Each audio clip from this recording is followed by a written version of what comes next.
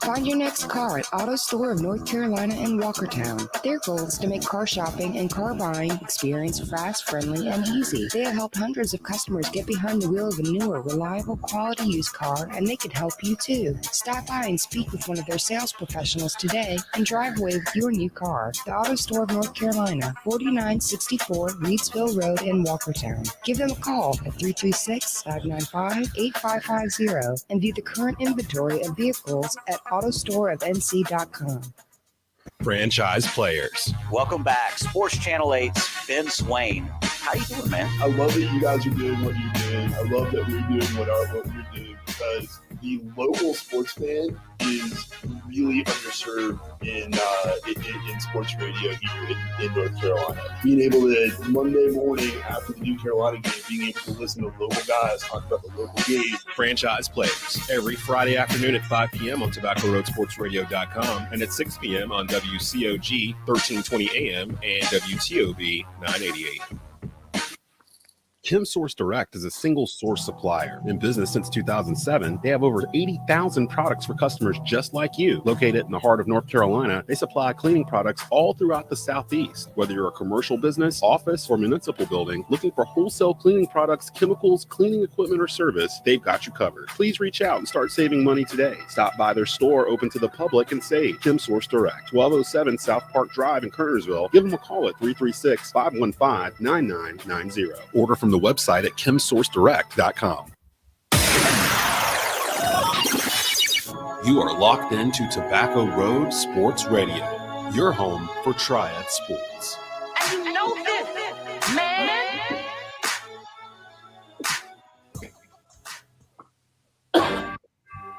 Like to have everybody's attention for a moment. There's a stat. I don't like bringing up stats, but there's one stat about the Panthers. He's in the world is James Harden better scorer than Michael Jordan? No, he's more creative in that. Traveling is not creative, Brandon. You know, no matter what the score is, and they've said it themselves, whether they're up 10, down 20, whatever, they know they can turn it on whenever. Why did you have to bring up the Cowboys in this conversation? Lived in Texas for 2 years and just could not stand to watch Cowboys football. All right, listen up. Welcome to The Rundown. Here's Desmond Johnson. And good morning, Triad.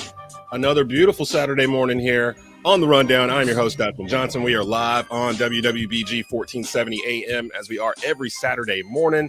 And, of course, you can hear us on your phone, tablet, laptop device on TobaccoRoadSportsRadio.com. Loaded 2 hours this morning for you. Got the OG panel, Jaelen Gilkey from WFMY News 2 in the house, Hot Rod Funderburk in the house, and Larry Frank filling in for Brandon Blakney, who's on assignment. Larry Frank, the host of Frankly Speaking Sports. You can catch that on Tobacco Road Sports Radio every Tuesday, Wednesday, Thursday morning at 11 a.m. Couple of quick announcements. Shout out to the Central Piedmont Conference and West Forsyth High School for hosting a fantastic basketball tournament this week for the conference. Shout out to the East Forsyth women's basketball team. They are the Central Piedmont Conference champions, defeating Reynolds last night. And then shout out to Mount Tabor, the boys who defeated Reynolds last night in overtime in a classic. And West Forsyth was the host for all 3 days. Had us there for the semifinals and the finals last night. Shout out to Coach Willamy, who came in from North Forsyth and ran color with JP Mundy. They did a fantastic job. States start next week. I believe we're going to be at East Forsyth Tuesday. Their boys and girls are going to be hosting first-round matchups, so we should be over there for that. We'll keep you posted on any other matchups we come across, and you know how we do. If an area team makes it to the state finals, we'll probably be there. So let's root on our area teams. There's a lot of good ones out there. I know Grimsley's been putting in work this year.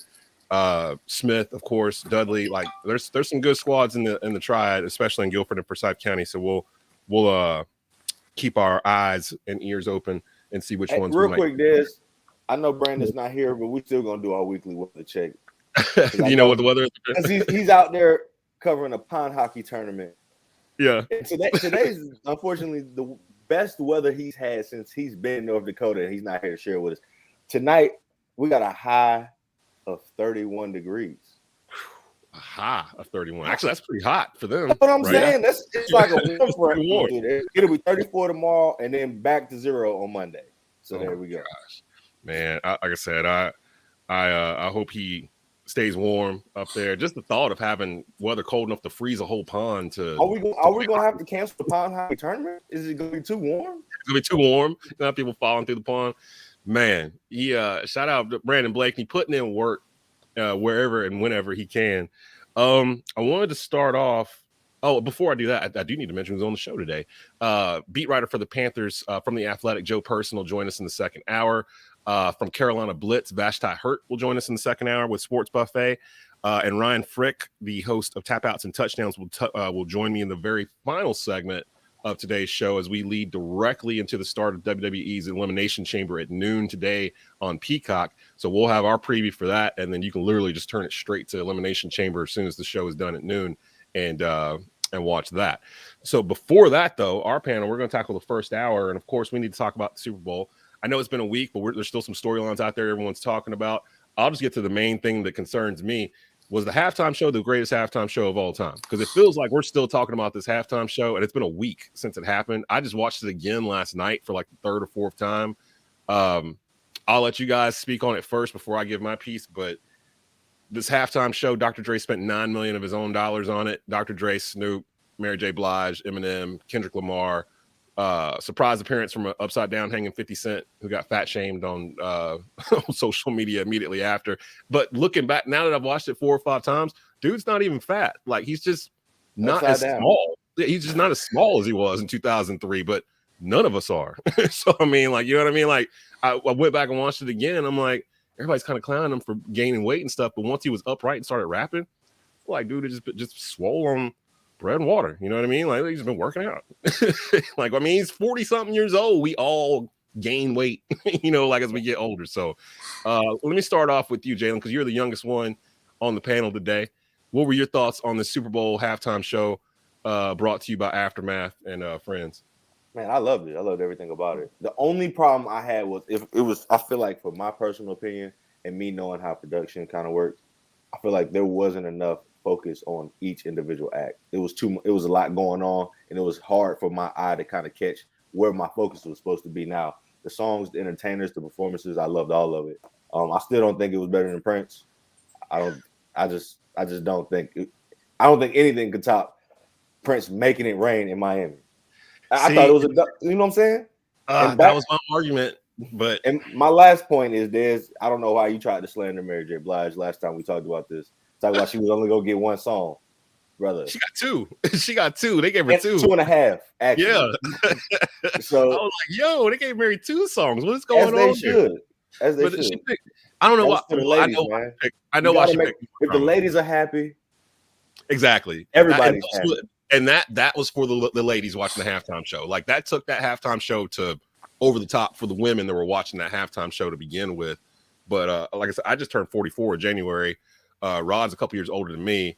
I felt like it was kind of that halftime show was for us, like the generation that went to high school and college while that music was out.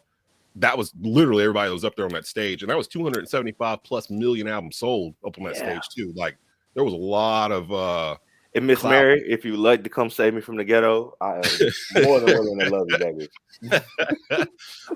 I've had this argument with folks about Prince not topping Prince. My only rebuttal to it, because I did have Prince at number 1, 2 until Sunday. I can't think of anything else iconic in his performance other than him playing Purple Rain in the Rain at the very end, which was maybe one of the most iconic halftime moments of all time. You don't remember when he came out? He had this normal Prince updo. And then he came back with the rap on because he knew it started raining. No, I don't remember that. He came back with the rap on. He had that thing wrapped up, and he got the strumming that guitar. And man, he had the little cymbal guitar. Man, you older than me. But how does that beat what we saw Sunday? Like, just the amount of coordination. Like you were saying, you were in production. I have not heard a halftime performance sound as good as that one sounded. That one sounded so clear and crisp. And I knew it was going to when I found out Dre was involved with this, because he's just real anal about audio quality, as am I. And I knew going into it, I was like, this is going to sound really good. And it did. I mean, they had a live band playing through all of this. And it just smoothly transitioned. Prince is the band, brother. Prince is the band. Larry, let me give you your piece here real quick. What did you think about the Super Bowl halftime show? Well, there's no doubt they had the number of artists they had was just probably the best lineup they've ever had. I still agree that Prince, I'm sorry, you're never going to get me away from that being the best performance of all time. And I'll tell you what, I listen to all different types of music. I listen to country, I listen to classic rock, but Prince was better. But the lineup here with the number of stars that they had on was probably the best lineup that they ever had. The only thing that I would say, if I have to say negative about it, was exactly, what Mr. Gilkey said, is that they couldn't keep on everyone at one time. And, there's certain times you want to see somebody else, this and that.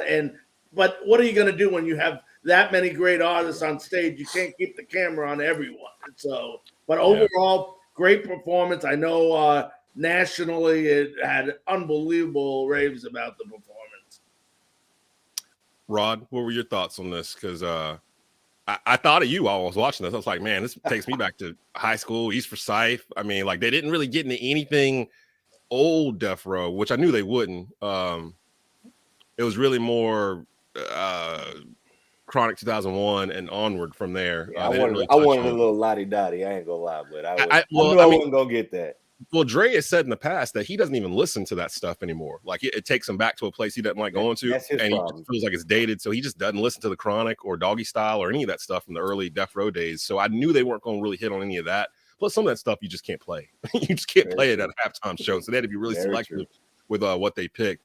Rod, what were your thoughts on the Super Bowl halftime show? Man, I enjoyed the Super Bowl halftime show. It was one of the best shows I think I've ever seen in my life.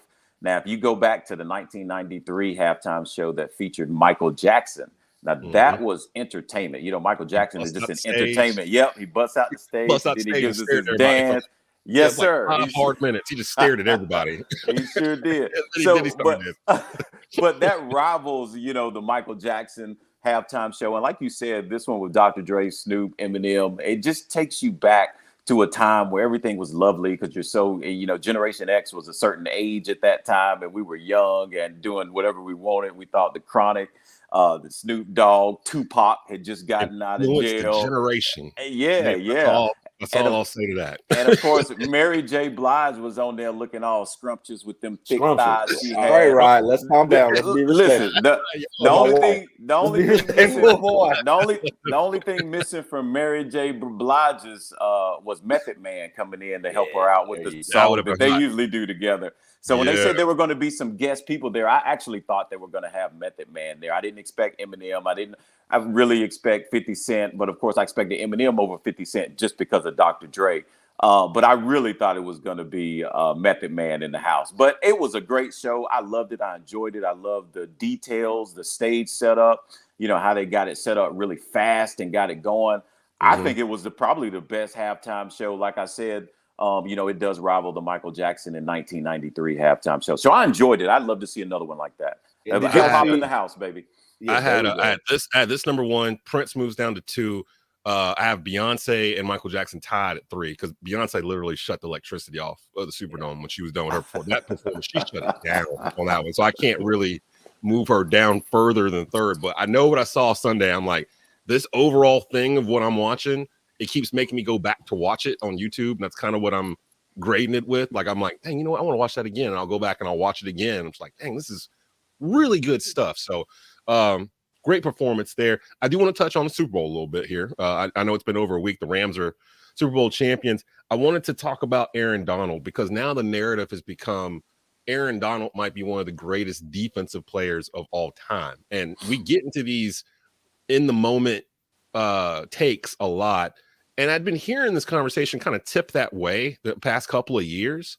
So I wanted to go and just kind of see what dude has done to this point, because he was almost kind of talking about retiring. It sounds like he's going to come back. He kind of said, if you bring back Odell, If you bring back a couple of others, I'm coming back too. Sounds like he's looking for them to extend him, give him some extra money, which he deserves. He's probably the best player in the league currently at the moment. But the end of this season, looking at his game, he's played 127 games.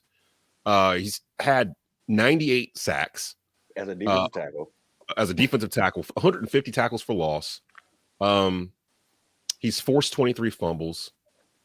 I'm trying to figure out if he compares, because when you start talking greatest defensive players of all time, there's two names that immediately pop in my head whenever we start talking this. One of them is Lawrence Taylor. The other is Deion Sanders, where you literally, there are only a few defensive players that you like watch them individually when the defense is on the screen, because you know they might do something that you haven't seen before. LT was like that. LT is the reason why left tackles are the second highest paid players on teams. Is because of him and what he did to quarterbacks, breaking legs on national TV, just being, he changed the game. He changed the way they block. He changed defensive schemes. He changed everything. And then Deion was just a problem. Like, Deion was so naturally gifted athletically that he would bait quarterbacks into interceptions, like literally would let them think a guy was open and just outrun the pass and get underneath it and just take it back the other way. Anytime he touched the ball, it was like electric. Like, you didn't know what was going to happen. Is Aaron Donald in that category? Is that what we're talking about here? Because I kind of have him more like in a Von Miller, like peak Von Miller kind of, I don't know, like a Bruce Smith, Reggie White kind of level, where you're great, but you're not like LT Deion great. Or am I tripping? I don't know. Jaelen, I'll start with you. Like, is Aaron Donald an all-time great? Is he the greatest defensive player ever? I'm gonna tell you this, right? It is. It's a lot, right? The man's been in the league 8 years, 8-time Pro Bowler, 7-time All-Pro. Only been in the league 8 years, and check this out. The last 2 years even count, but he made the all-decade for the 2010s and only had played 6 years in the decade. If he plays, I would say maybe 2 or 3 more years in this decade, then he'll be a 2-time all-decade player. The time he didn't make the All-Pro team was his rookie year when he won Rookie of the Year. You know what I'm saying? Yeah. The things that he does, the way he dominates the game. I know you saw how he dump trucked that grown man in the Super Bowl. He ended the Super Bowl. No. I'm not even talking about the end of the Super Bowl. I'm talking about in the beginning of the Super Bowl. Oh, yeah. The Bengals had already scored. The Rams had scored. The Bengals, Stafford threw the interception. And what Aaron Donald do? He put a stop to the bleeding by taking a 350-pound man and placing him in the lap of Joe Burrow and sacking Joe Burrow at the same time. And then ever since then, at that point, the Bengals never were really able to get back rolling how they were. So look, the Bengals messed up on that sideline play when Aaron Donald pushed Burrow out of bounds. And they fired him up. Slapped him in the head. Yeah, and he got angry. From that he started just choking folks out. You know, when he started just grabbing folks right here on their collar or their shoulder pad. He started Deboing folks on the you field. In trouble. And he does like the hockey style. Like, he just grab you and let you know, like, I'm going to yank you left, I'm going to yank you right. You're not controlling your own body. I'm controlling your body. And then that lets everybody know, like, okay, we need to back off this man. But yeah, we need to leave Aaron alone. Larry, your thoughts on Aaron Donald? Is he the greatest defensive player of all time? I should say it that way. No, I don't think so. And I'll tell you why. First of all, I don't think he's the greatest defensive tackle of all time. He has the potential to be. He's played 8 years, 3-time defensive player of the year. But you got to remember, look at the people that played this position, and some of it goes back beyond our ages, Desmond. But you got Merlin Olsen, you got Mean Joe Green, Alan Page, Bob Lilly. I mean, these guys were beasts. Now, I got to tell you right now, I believe Aaron Donald is the greatest defensive player of his generation. But in order to do it, you got to sustain it now. He sustained it for 8 years. But remember something. Winning has a way of making people even greater than they already are, because you're on a national stage now. I mean, listen, Dan Marino never won. He was great. Jim Kelly never won a Super Bowl, got there 4 times, but he was great. So winning has a way of magnifying. And, hey, give credit where credit was due. Jaelen was just mentioning about, the sideline, and you were mentioning about that sideline play. What it really reminded me, guys, of, if you've seen the movie Blindsided, where, Moore wasn't playing well, and the coach got on the ref and said, "He is my family. He is this and that." And then Michael Orr went out and had an unbelievable game. Well, that's what happened with, Aaron Donald. And, give the guy credit. I'm not saying he's not a great defensive player, but, I'm just saying, come on. He's, if you look at him, he's in his prime right now. This guy's in his prime. Let's see, like you said, what he can do the next couple of years to keep that greatness going. And I think he has the potential to be one of the greatest defensive players of all time. But, a lot of things happen, part two of your career that may not have happened, part one. So, like I said, great player, great talent, was a big force in the Super Bowl, but I want to just see a little bit more longevity in it to put him up there with those other 4 defensive tackles.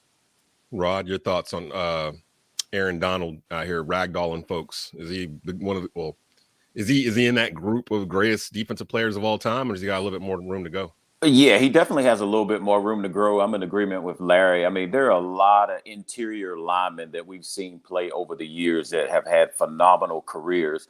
And I think Aaron Donald can finish out his career and have a phenomenal career. But being the greatest defensive player of all time, I don't think he is there yet.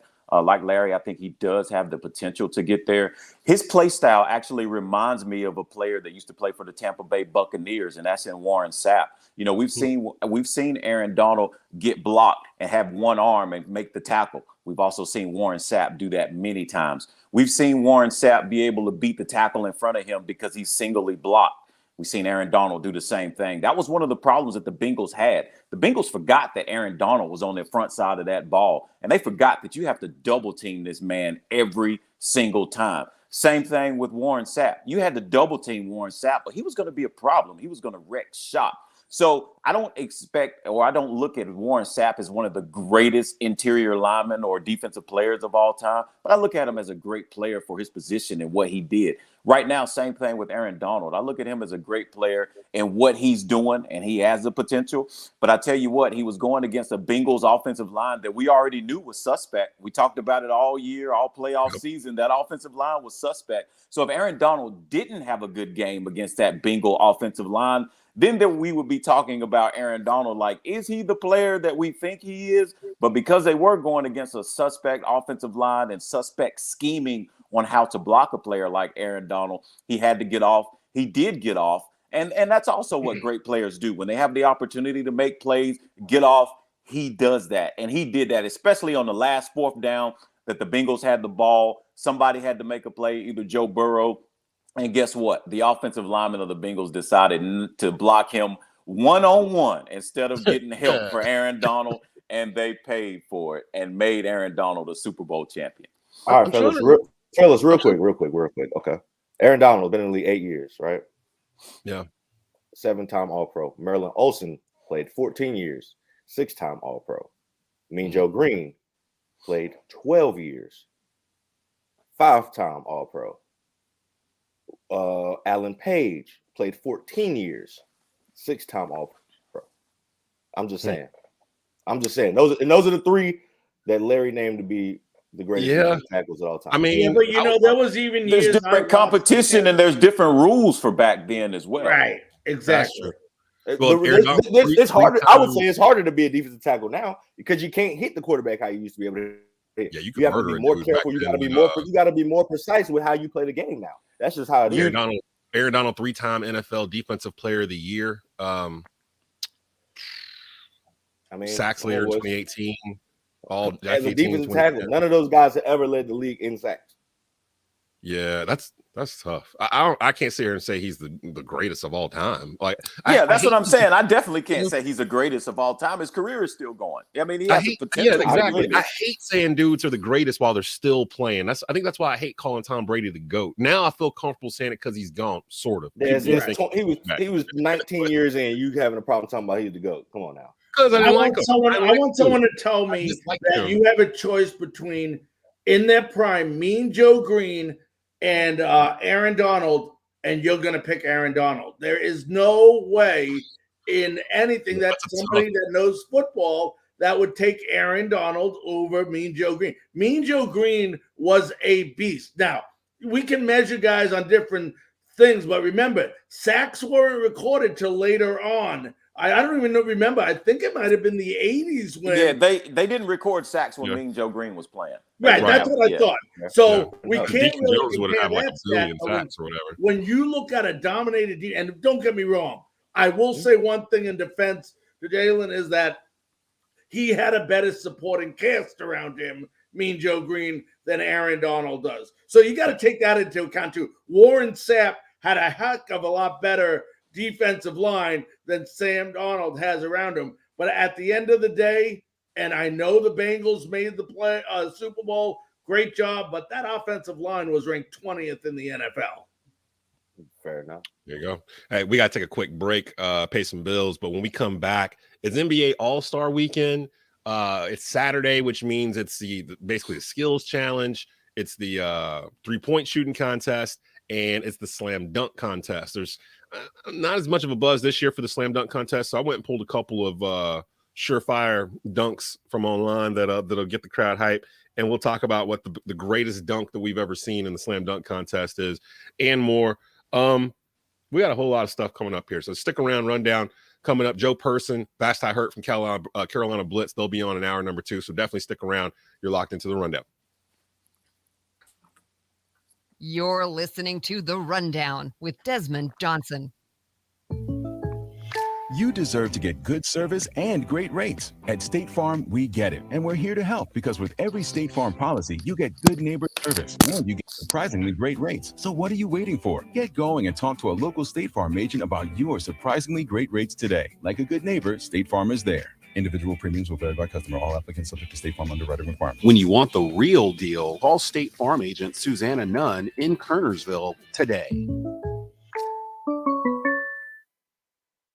Beamer Tire and Auto Repair, now with 3 locations across the Triad in High Point, Greensboro, and our new location in Kernersville. Beamer Tire and Auto offers full-service auto repair, all tire brands, free alignment checks, oil changes, and more. In Kernersville, check out the no appointment needed Quick Lube shop. Check out their thousands of 5-star ratings via Google and Yelp. They care because they know that you can go anywhere. So try a shop with a beating heart, not a bottom line. Beamer Tire and Auto Repair. Visit us on Facebook or at beamertire.com.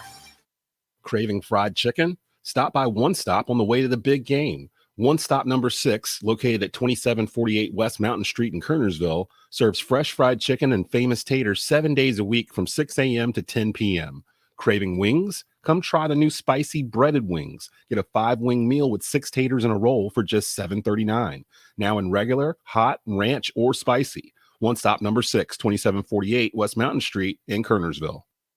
Enter your softball team into the Diamond Stars Invitational March 19th and 20th at Springwood Park in Burlington, North Carolina.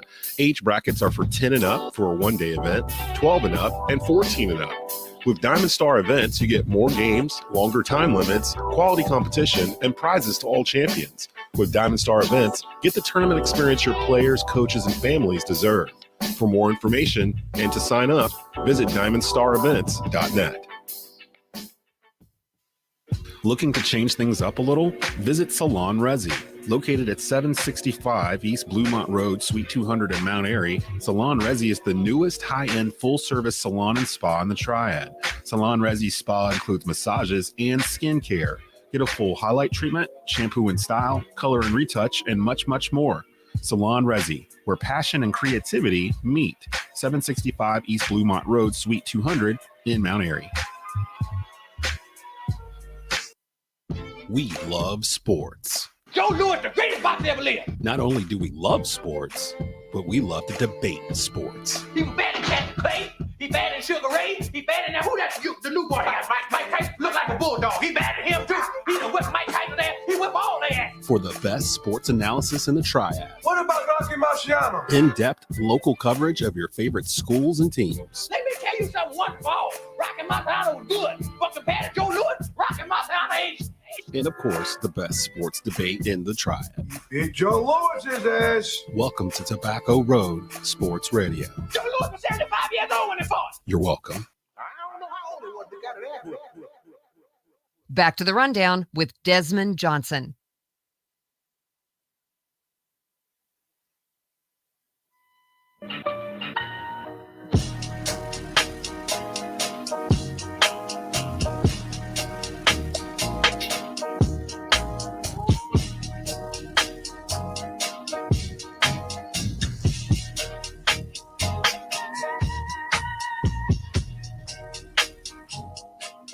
Welcome back into the rundown here, live every Saturday morning on TobaccoRoadSportsRadio.com and WWBG 1470 AM in the Triad. Desmond Johnson, Jaelen Gilkey, Larry Frank, Rod Funderburk in the house.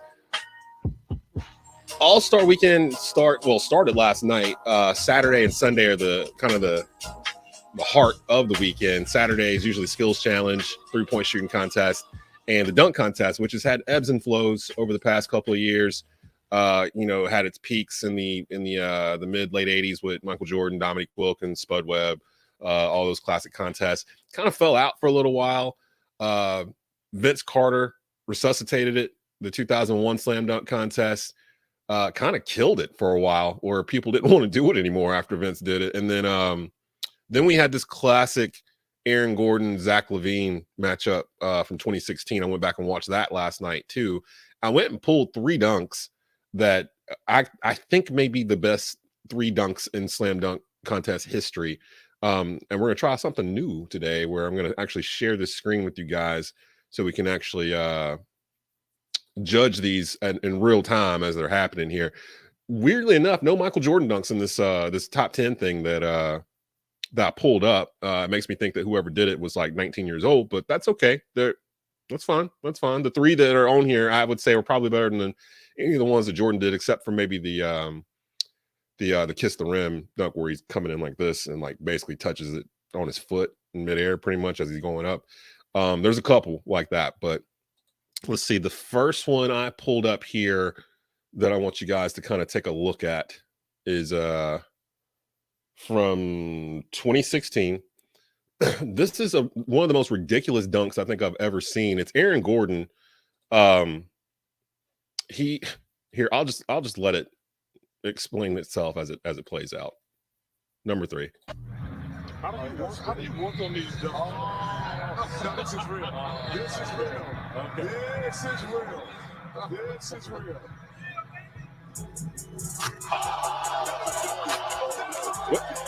So for those who are not able to see this on Facebook Watch or YouTube, Aaron Gordon just literally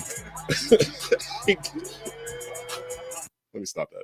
Aaron Gordon basically takes the mascot for the Magic is on a hoverboard, and he has the ball out with his right hand, and he starts spinning 360 degrees.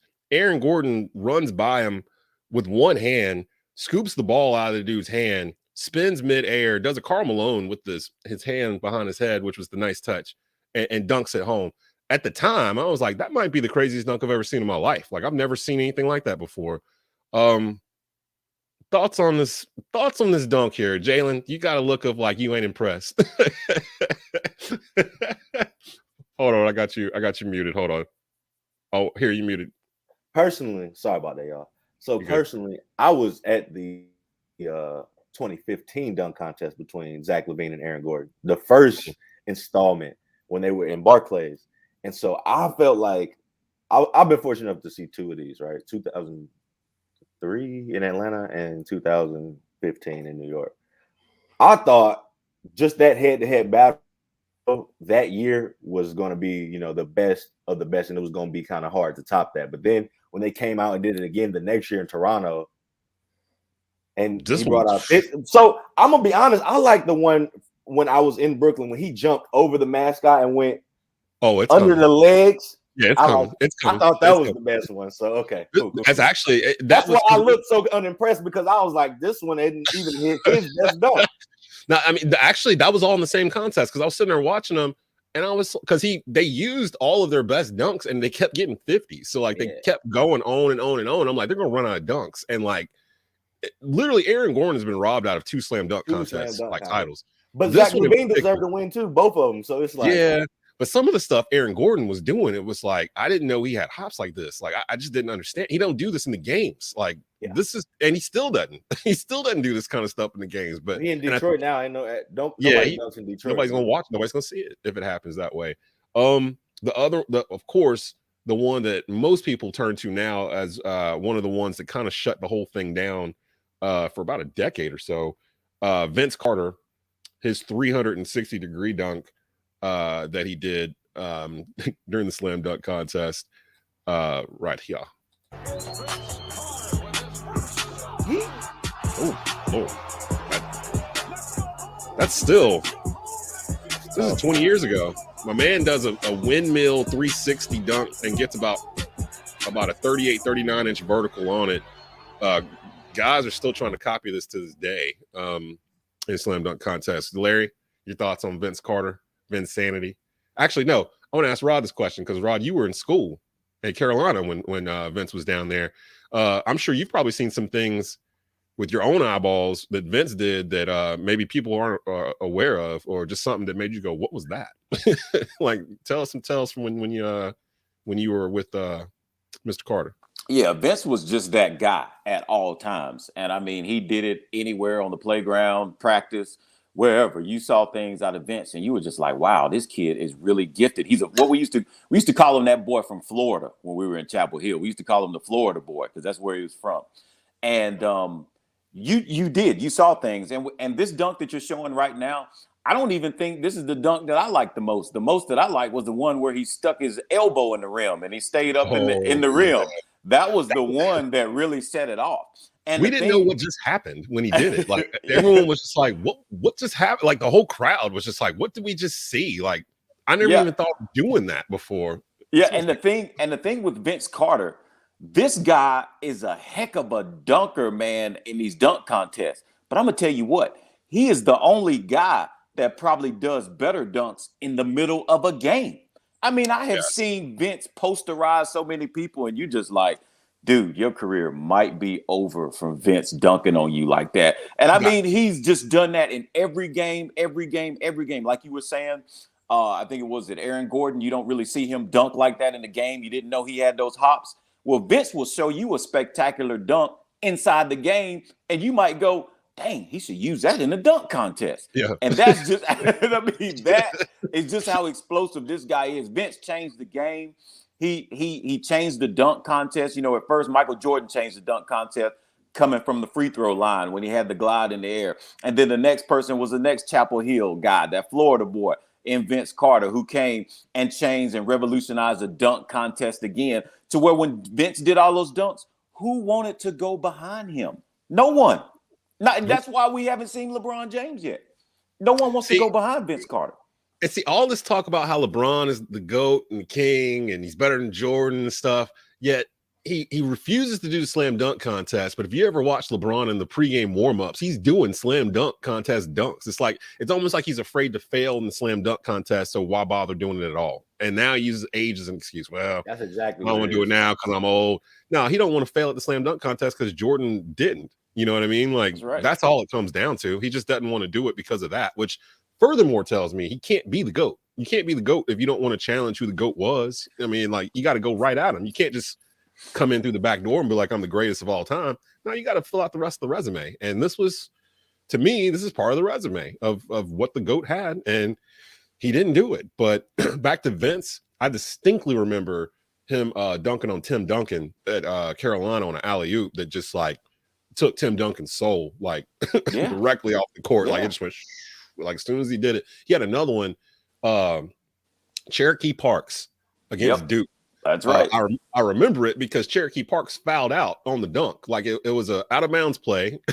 Vince caught it with two hands and went bam, like, on Cherokee Parks. Cherokee Parks is like, no, gets called for the foul, falls on his behind, fouls out the game. Like, it was the most embarrassing thing.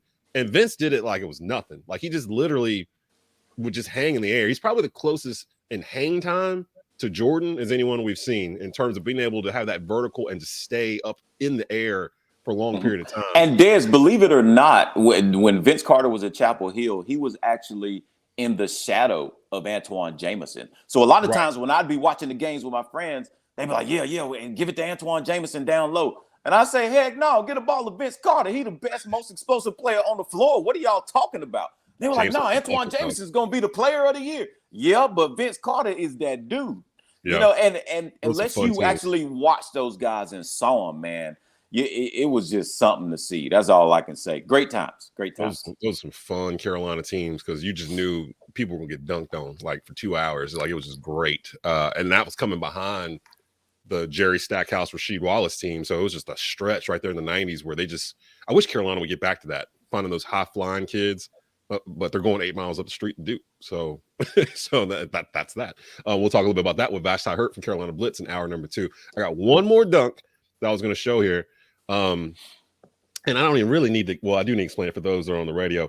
In 2016, again, Aaron Gordon got robbed of this slam dunk contest. He should have. You showed none of Zach LaVine's dunks, and Aaron Gordon lost both of these. I know. Crazy, right? There was one Zach LaVine dunk I was going to throw in here, but I was like, let me just pick the 3 because I genuinely felt like this dunk is the most ridiculous dunk I've ever seen in my life. The Orlando mascot is out here again on a hoverboard with his back turned to Aaron Gordon. This is a big mascot. I want y'all to know. This is a big mascot. Yeah, dude's on the top of a hoverboard, so he's got to be at least 6 foot and some change sitting here, right? He puts the ball on top of his head.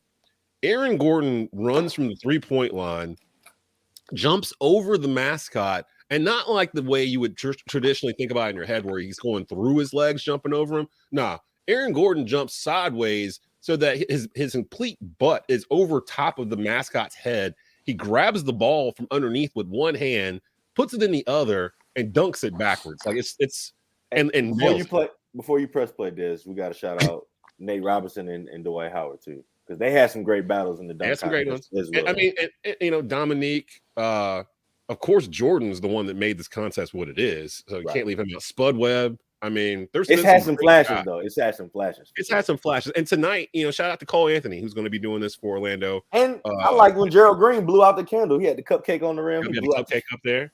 I mean, there's been some moments. Dwight Howard dunking on the 12-foot goal. Yeah. I mean, when he put the sticker up there on top of the backboard and dunked it, that was a good one too. What time is the dunk contest tonight? Yeah, look at Ryan ready to go. He's ready.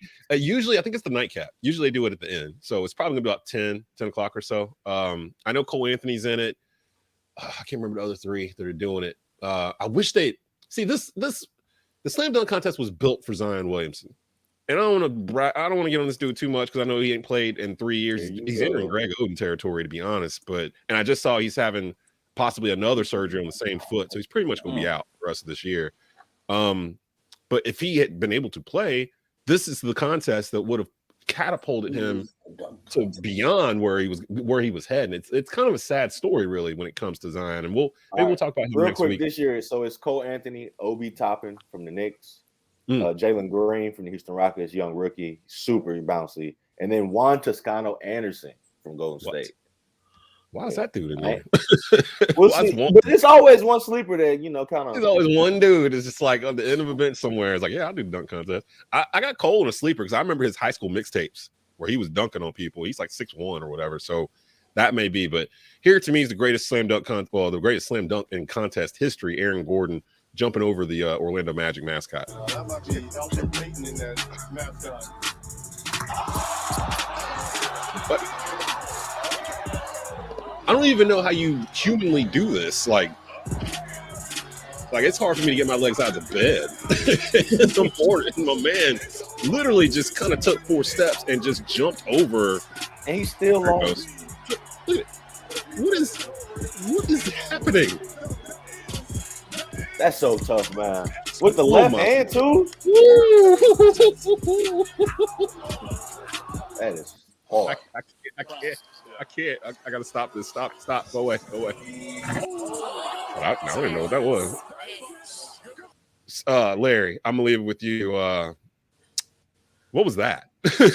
What was that? What did we just watch here?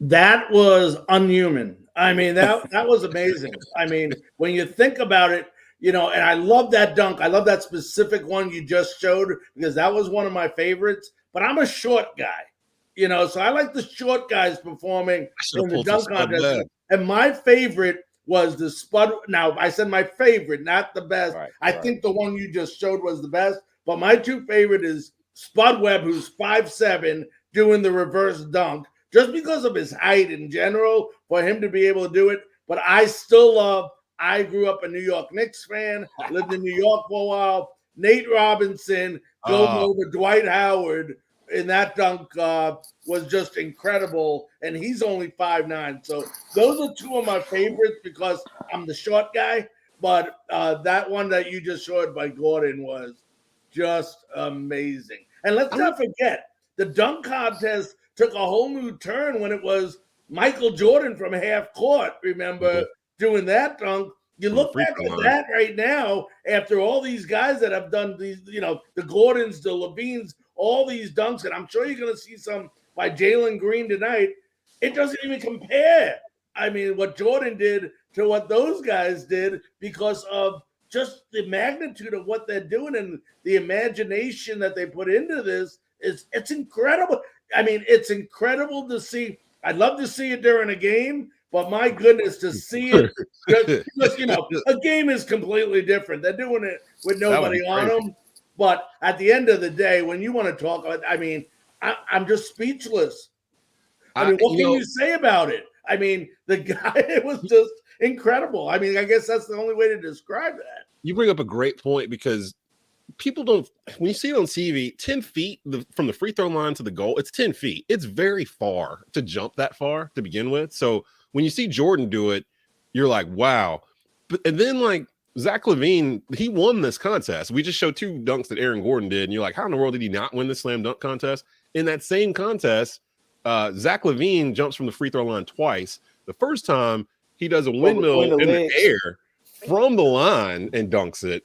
The one that killed the contest, the second time he's about to step into the line, but he jumps from there and goes through his legs from there and dunks it. And 15 feet, bro. Can you imagine going between the legs and going 15 feet while still 10 feet in the air? Who practices this? Like, how do you even think that? How do you even think this up? Like, you know what I'm gonna do? I'm gonna jump from the free throw line. It's like video game stuff that they were doing. Just craziness. So if that didn't get you excited for the slam dunk contest this morning or this evening, I don't know what will. I was going to talk a little bit about the 3-point contest, but I don't want to do that anymore. We're going to take a quick break. When we come back, there are quarterbacks that are going to be probably on the move in the NFL and might affect my Carolina Panthers. So I need to get the advice from the panel. NFL quarterback musical chairs. Where are these quarterbacks going to end up, do you think, as we sit here in February trying to pick out where these quarterbacks might end up in August? So stay tuned. We'll be back in just a minute, wrapping up hour one on the rundown here on WWBG 1470 AM and Tobacco Road sportsradio.com. You're listening to The Rundown with Desmond Johnson.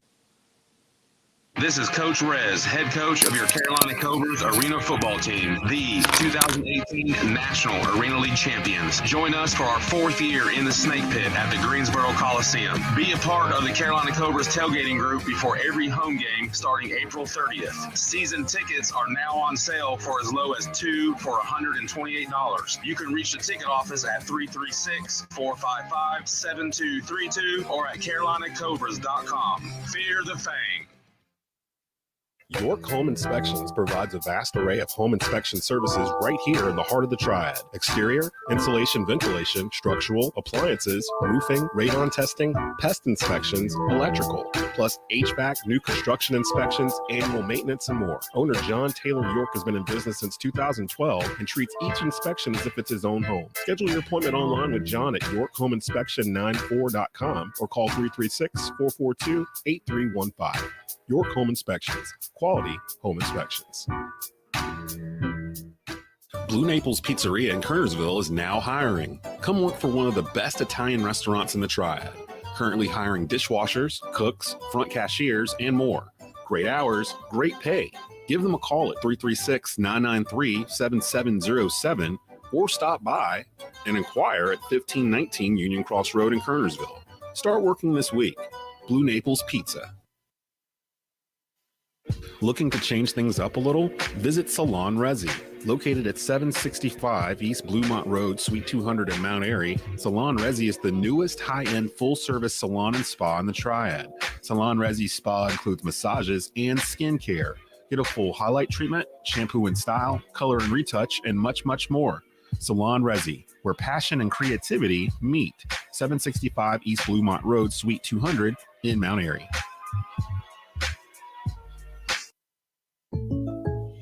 You deserve to get good service and great rates. At State Farm, we get it. And we're here to help because with every State Farm policy, you get good neighbor service and you get surprisingly great rates. So what are you waiting for? Get going and talk to a local State Farm agent about your surprisingly great rates today. Like a good neighbor, State Farm is there. Individual premiums will vary by customer. All applicants subject to State Farm underwriting requirements. When you want the real deal, call State Farm agent Susanna Nunn in Kernersville today.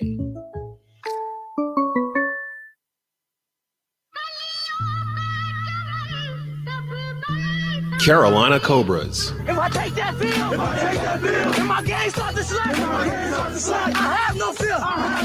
If my brother got my gun. Catch them all season long. That's all we got. That's all we got. On your home for Triad Sports. Oh, are we right here? Are we right here? TobaccoRoadSportsRadio.com. Back to the rundown with Desmond Johnson.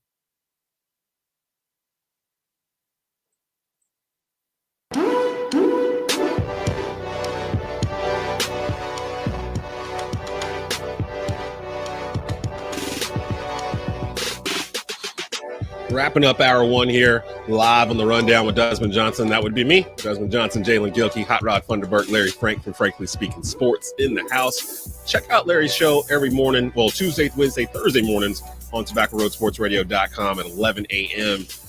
National guests, great conversation. Definitely check out Frankly Speaking Sports midweek on Tobacco Road. The NFL never ends. I know the Super Bowl was just last week, but it's a 365-day business for the NFL. They literally have taken over sports in terms of controlling the calendar. And there's some big names that are out there that may or may not be returning back to the teams that they currently are on. So I wanted to get into this real quick before we get into hour two, and definitely stick around for hour two. Coming up right after this, the Athletics' Joe Person will sit down with us and talk everything Carolina Panthers. And Vashti from Carolina Blitz will sit down and talk to us about ACC hoops. She gets into a little bit Charlotte Hornets. We get into a little bit of Panther talk with Matt Rule. Just definitely stick around for hour number two. We got you covered. Let's start with the elephant in the room, Aaron Rodgers, Green Bay Packers. Don't know the situation was going to happen in here, although for some reason him breaking up with his fiance made all the sports media this past week that him and Shailene Woodley are not together anymore, blah, blah, blah, blah, blah. I have no idea what that has to do with him playing with Green Bay. But that was what made the rounds in sports media this week, which tells you how much Aaron Rodgers, every movement's being tracked by everybody right now. Rod, let's start off with you. Where is the best place for Aaron Rodgers to land for the 2022 season? All right, look, since we went back to NFL, let me skip to something that we talked about at the beginning of the hour, Aaron Donald. I just want to throw this in here real quick because we were talking about stats and what was the rule changes. Yeah. One important rule change that was going on back then that is not going on right now.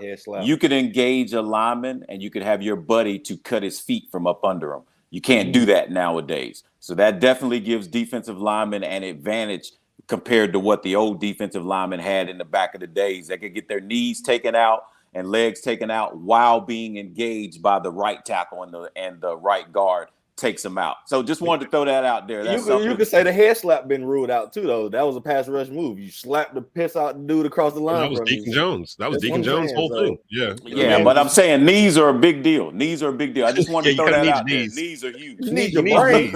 Yeah, knees are huge, dude. Knees all the way. But Aaron Rodgers. So Aaron Rodgers, where is he going to wind up? I think Aaron Rodgers, in my opinion, needs to keep his rear end in Green Bay. Green Bay is the only place really where they are going to accept a guy like Aaron Rodgers. You know, he got involved in this COVID-19 entanglement, as they call it, or where he was immunized instead of vaccinated. Well, everybody out there wanted to crucify Aaron Rodgers except for the folks in Green Bay. Green Bay, and I think Aaron Rodgers is going to stay in Green Bay. If you guys paid attention to when the last time he was talking, he spoke so highly of the GM. He was making jokes with his coach, Matt LaFleur. So he was making jokes with him, and they were having such a ball. And it's like he now wants to re-ingratiate himself into the Green Bay lifestyle and into the Green Bay, back into the Green Bay family. I'm going to tell you what, he better stay in Green Bay because I don't see him going to San Francisco because then I'm going to call him a cupcake like I called Kevin Durant when Kevin Durant could not beat Golden State, and then you're going to go and join them? No, don't do that. Remember, we talked about this game before Aaron Rodgers played San Francisco, that he was 0-3 against the 49ers going into the playoffs, and we had a strong feeling that Aaron Rodgers would lose that playoff game. So I'm sure there are a lot of places that Aaron Rodgers could go where he is going to make the team better simply because he's Aaron Rodgers. But I think for him, what is going on in his personal life, what is going on in the NFL, what is going on with his relationship to fans and how he has conducted himself in the NFL as well as the media, I think his safe spot would be for him to stay right there in Green Bay and bring them a championship. Yeah, he's been most valuable player, but I think Aaron Rodgers, for all the crap he's bought Green Bay, he's only given them one championship. I think he needs to hang in there, stick in there. I think he needs to get Green Bay another championship because they have done a lot of things to appease Aaron Rodgers, and he has complained, and he's been a big diva there, and they've done all they could to give him what he wanted. So now he needs to give them what they want, and that is a championship. So I think he should stay right there in Green Bay. Let me move over to the excuse me. Let me move over to the next quarterback in question, Russell Wilson, Seattle Seahawks quarterback. His coach is 70, Pete Carroll. He seems to not be as happy there. I think Russell Wilson's taken more hits behind the line of scrimmage than any other quarterback since 2011, if I'm not mistaken. More than Cam Newton, more than Ben Roethlisberger, more than anybody. Larry, let's start with you. Where do you think Russell Wilson goes, or does he go anywhere? You know, it all depends. I don't think he's going to go anywhere. I think he will stay in Seattle. But if there's one place that he would fit in real well, that would embrace him real well, would be the Tampa Bay Buccaneers. I mean, the Tampa Bay Buccaneers lost Tom Brady.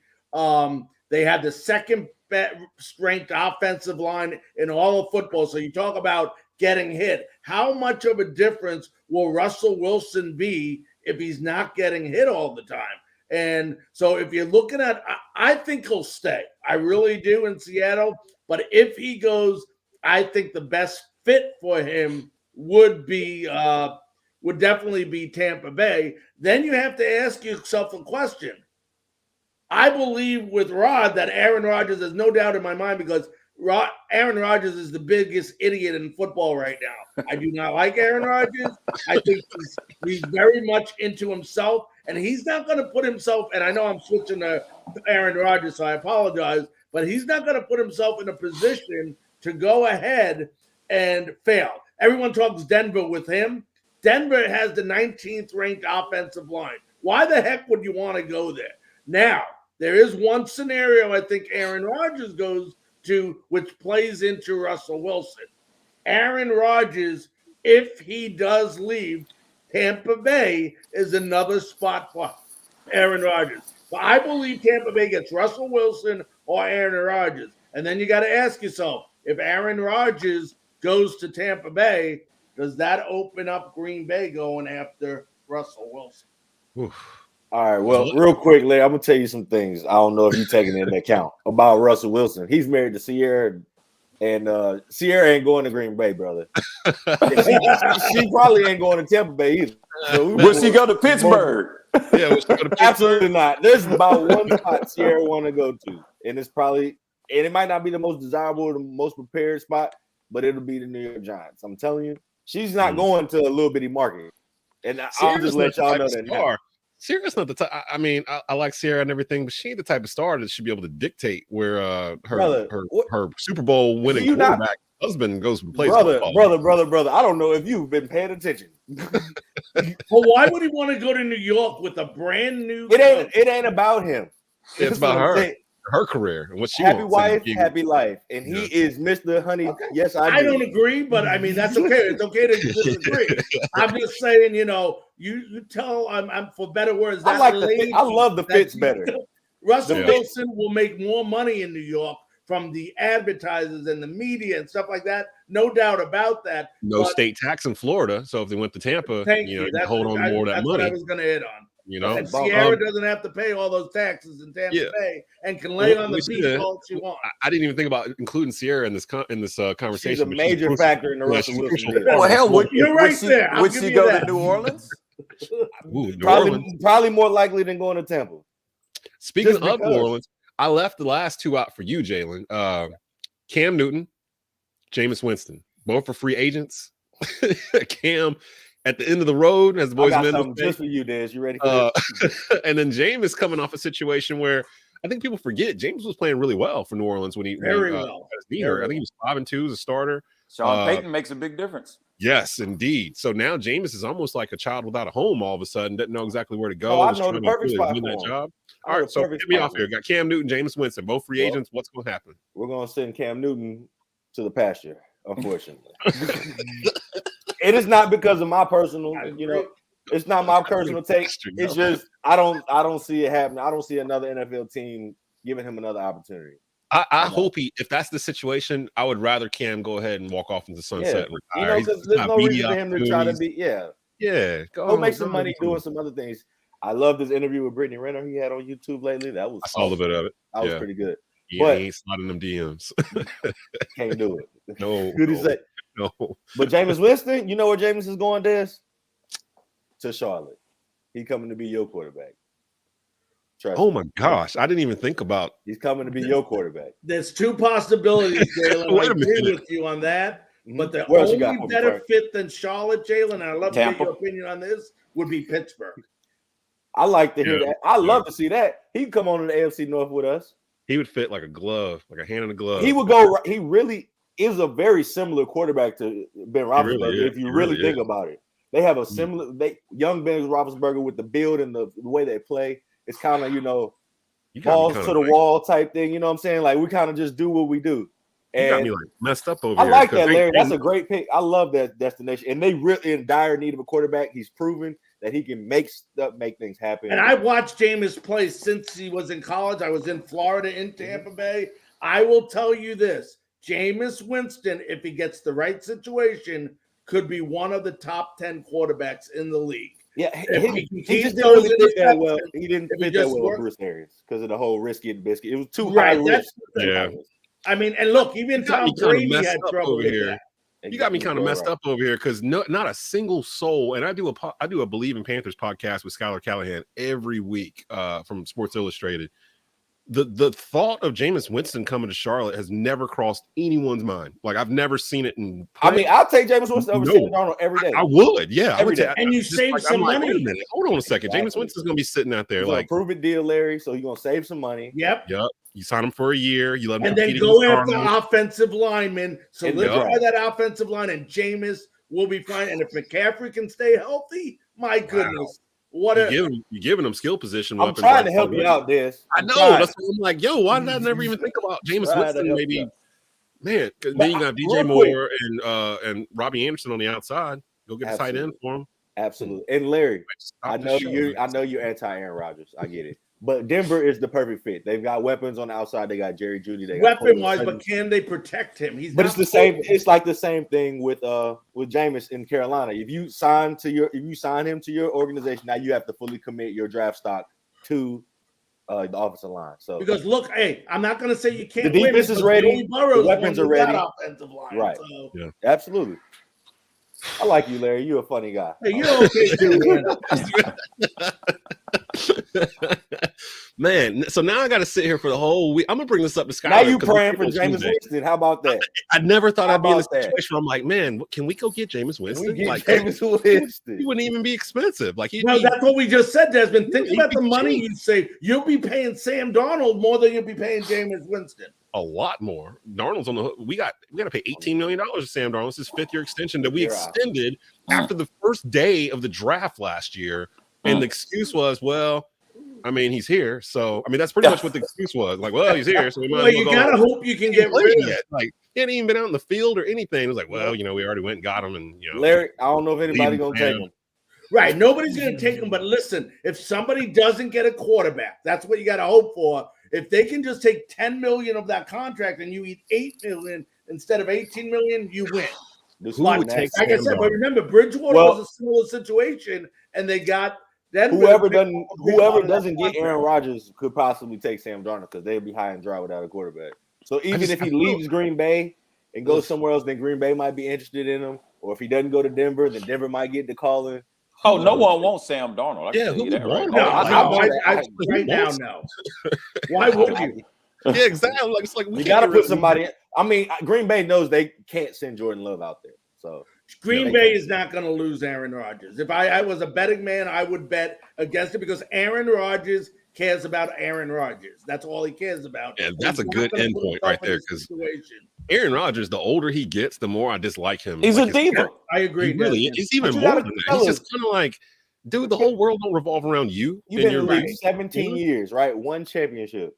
And you talking about he's too focused on him. He got 3-4 years left. Like, it's time to be me. It's time to worry about me. He's always been like this. He's always kind of been he can't figure out if he wants to play quarterback or if he wants to be the host of Jeopardy. why he can't do both? He don't expect to win a championship then. Pretty much. I mean, LeBron do a whole bunch of things at the same time and still win. And he ain't winning championships right now. Always, though. I mean, I know he's a great passer of the football, but in terms of like where people place him overall, like greatest, I've always thought he's been overrated. Like because in the postseason, he typically loses earlier than he should. Other than that Super Bowl from a decade ago, you know, like he hasn't sniffed the Super Bowl. Well, I can't say he hasn't sniffed it. He's been in the NFC Championship 2 of the past 3 years, but they imploded in those games. Like he just hasn't been able to get them there. And that was actually a conversation I was going to put in the show, but we ran out of time. I'm worried about Joe Burrow and the Bengals because I keep hearing everybody say, "Oh, they're going to be back. They're going to be back. They're going to be back." I don't think they will be. Not anytime soon. The AFC is loaded, and it's just like Dan Marino. It's 12 quarterbacks in the AFC that have deserved to make it to the Super Back at least one time. So to sit here and say the Bengals, who got there with a really bad offensive line, are going to be able to just bounce back to the Super Bowl when you luckily, I won't say luckily, you beat Kansas City at Arrowhead in the playoffs. That doesn't normally happen. So you can't expect them twice this year, though. They did beat them twice. They had some luck kind of fall their way because, to be honest, they probably should have been playing Buffalo in Buffalo. But hey, can't take away from what they did. I just heard all this stuff in 2016 around my Panthers that, oh, they'll be back. They'll be back. They're built to win now. They got a window, blah, blah, blah. And it all fell apart. Like, brother, you was out there with Philly Brown playing wide receiver talking about you be back. I mean, Cam Newton dragged the offensive line to that Super Bowl that I can't name any of the dudes. Like, Philly Brown was out there playing wide receiver. Fozzie Whitaker was at running back. That's what I'm saying. What are we talking about? Come on, man. This is all year. And they squandered it. So that's what goes down. So hopefully the Bengals can figure this out. But it's Cincinnati. Like, how often has Cincinnati been good for an extended period of time? Like in the 80s?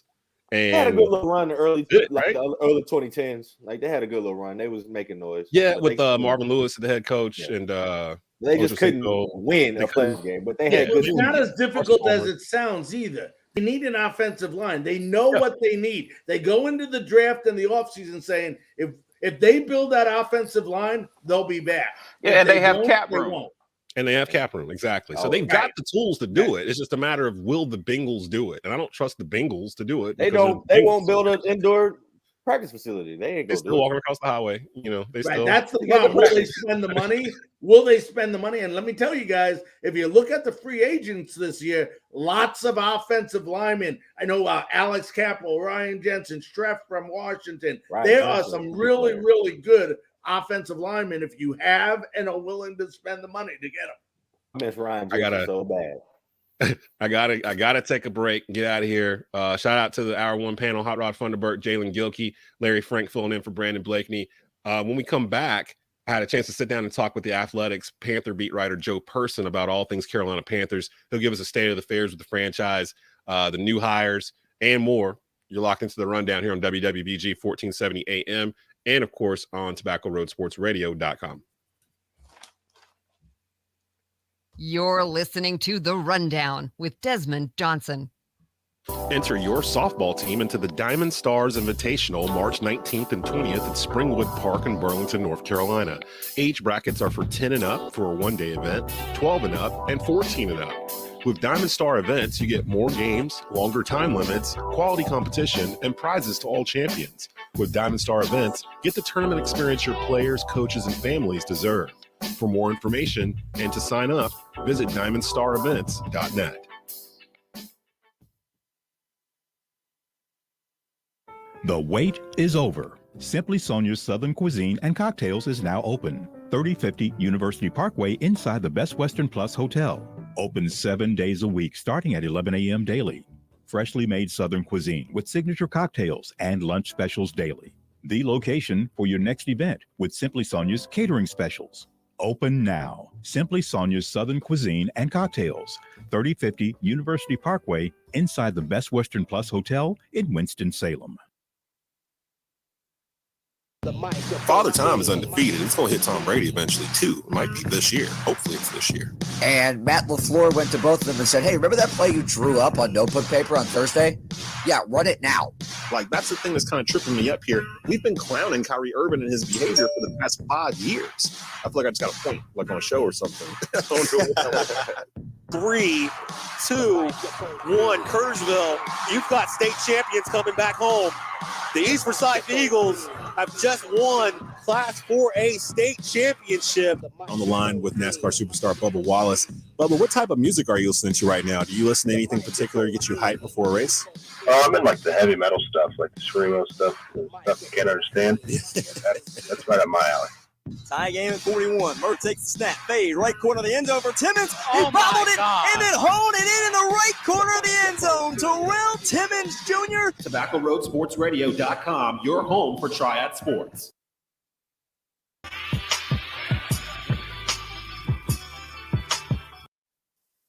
Back to the rundown with Desmond Johnson. Yeah.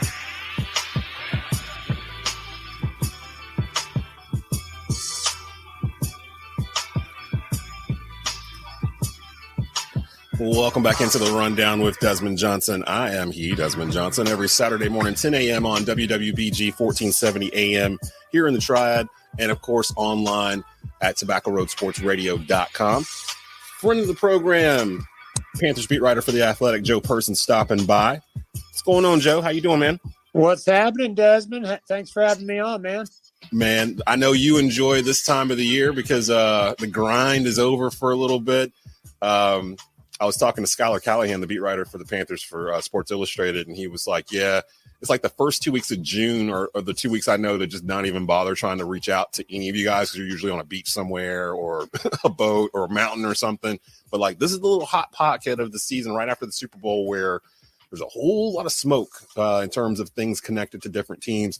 And of course, the home team, the Carolina Panthers, they've got some smoke surrounding them around a couple of items that I wanted to hit off with you. Follow Joe on Twitter at Joseph Person, beat writer for The Athletic for the Carolina Panthers. Now, Joe, before the Super Bowl, you wrote an article on the Panthers for The Athletic looking at similarities between the Panthers and the Cincinnati Bengals, the AFC champs that fell in the Super Bowl. Of course, offensive line and quarterback are the two hot spots for the Panthers. And 2 years ago, that was the two hot spots for the Bengals as well. Let's start off with the offensive line. Do you get a sense, Joe, that you know, if there is a particular lineman sitting there at number 6, that the Panthers will run to the podium? Are they in love with any particular guy? You know, it's a great question. I think it's still a little early in the process. None of the top tackles were at the Senior Bowl because they're all underclassmen, I'm pretty sure. Cross, Ike from NC State, and then Neal from Alabama. So the combine will be important. If for nothing else, you know, they've, of course, the Panthers and every other team's watched tons of tape on these guys, but they can get with them face-to-face meetings, kind of put them at the board, see how they tick, see kind of what their football acumen is. And I think something will pop up with one of them because it always does. You know, it'll be a medical. There might be a red flag, who knows? But right now, all three of them, based on the scouts I talked to, are pretty darn clean, to borrow a scouting term. And I think the Panthers, again, let's go through the process. But as we sit here, 2 months away from the draft, even a little more than 2 months, I think they'd be pretty happy with any one of those three guys at the moment. Evan Neal really impressed me in the college football playoffs. I mean, that's a mountain of a man. I don't think he'll be there at 6. I kind of feel like he'll be gone by then. But if he's there, I'm screaming at my TV, grab him, like, as soon as they can. But I'm kind of expecting them not to be. So if that's the case, we turn our view towards the quarterback situation, which by all accounts is really priority number 1 in my mind with the Panthers, because I think the Bengals kind of prove this, and we've seen it over time. Hell, we've seen it in Carolina that you can kind of get by with an average offensive line if your quarterback is above average. And we've seen that here. Cam Newton drug the 2015 team to the Super Bowl, and that offensive line wasn't exactly that great. We just saw the Bengals do the same thing with Joe Burrow. Main difference is both the Bengals and the Panthers at that time had 2 number 1 overall draft pick quarterbacks that led those teams there. So the level of talent's a little bit different from being the number 1 overall pick to a quarterback who might get picked later on in that round. What is your sense, Joe, in terms of what the Panthers would like to do as opposed to what they may have to settle for when it comes to that number 6 pick in the first round? I mean, you make a great point. I mean, here the thing is, having a number 6 pick a couple years ago would have gotten you Justin Herbert, whom the Panthers liked, by the way. Marty Herney. There was kind of a famous photo of Herney at Herbert's pro day, where he was just like looking at him after the workout, just like, oh my gosh. I remember that. You remember that? So unfortunately, I know it's great, but unfortunately for the Panthers this year, it doesn't look like there's that one quarterback to get Marty Herney Gaga over, or in this case, Scott Fitter and Matt Rule Gaga over. There might be. Again, let's let the process go through, and play out. You know as well as I do Matt Rule's connection to why am I just drawing a blank this morning? I'm thinking ahead of myself, but help me out. The schools, the pick. My gosh, I'm having a senior moment, Desmond. Kenny Pickett. Let me get rolling now. Kenny Pickett had committed to Matt Rule at Temple before the bigger schools came calling. And here's something interesting. This is a lesser deal, but one worth keeping in mind. Dave Tepper, the Panthers' $16 billion owner, is a Pitt graduate. He grew up in Pittsburgh. He came from the Pittsburgh Steelers ownership group. So would that be enough? They're not going to pick Kenny Pickett just because of those things. But if you talk to people who were at the Senior Bowl, they came away thinking Kenny Pickett is the most ready guy now. Now, does Malik Willis have more upside? Probably. But I just think, and I know we're going to get into that, I just think the Panthers have I think their probably best bet would go left tackle at 6 in the draft, and then try to figure out quarterback in free agency, or more likely trade. Well, let's start there then, because there's 3 different routes that the Panthers can go in terms of the quarterback situation. None of those routes lead to Sam Darnold. So we'll just start that right there. He's going to be on the team because I don't think anyone's going to take him. Right. And he'll be there to compete and whatnot in case of injury. But I really feel like they're trying to set this up for the next guy to come in. Let's start off with the elephant in the room, because there's a lot of, I mentioned smoke earlier in the segment. There's a lot of smoke regarding, could this high-tier quarterback come here? Could that high-tier quarterback come here? Let's just throw some water on some of this right now, because this is going to fester throughout most of the offseason. Guys like Aaron Rodgers, Russell Wilson. Do you see either one of those guys? And, I mean, granted, no one thought that Tom Brady would end up in Tampa Bay 2 years ago, so I guess anything could happen. But with Aaron Rodgers, for example, I know he's got an affinity for Ben McAdoo, the new offensive coordinator here in Carolina. Talk glowingly about him. Is there any shot Aaron Rodgers is the starting quarterback of the Carolina Panthers in the 2022 week 1? I don't think so. I don't think so. A couple things. First of all, I'm not sure Rodgers and Russell Wilson are even going to move this year. I know it's interesting, and one of them might be, but the Packers just brought Rodgers' old quarterbacks coach out of retirement. they are prepared to pay him $45 million a year and make him the highest paid quarter.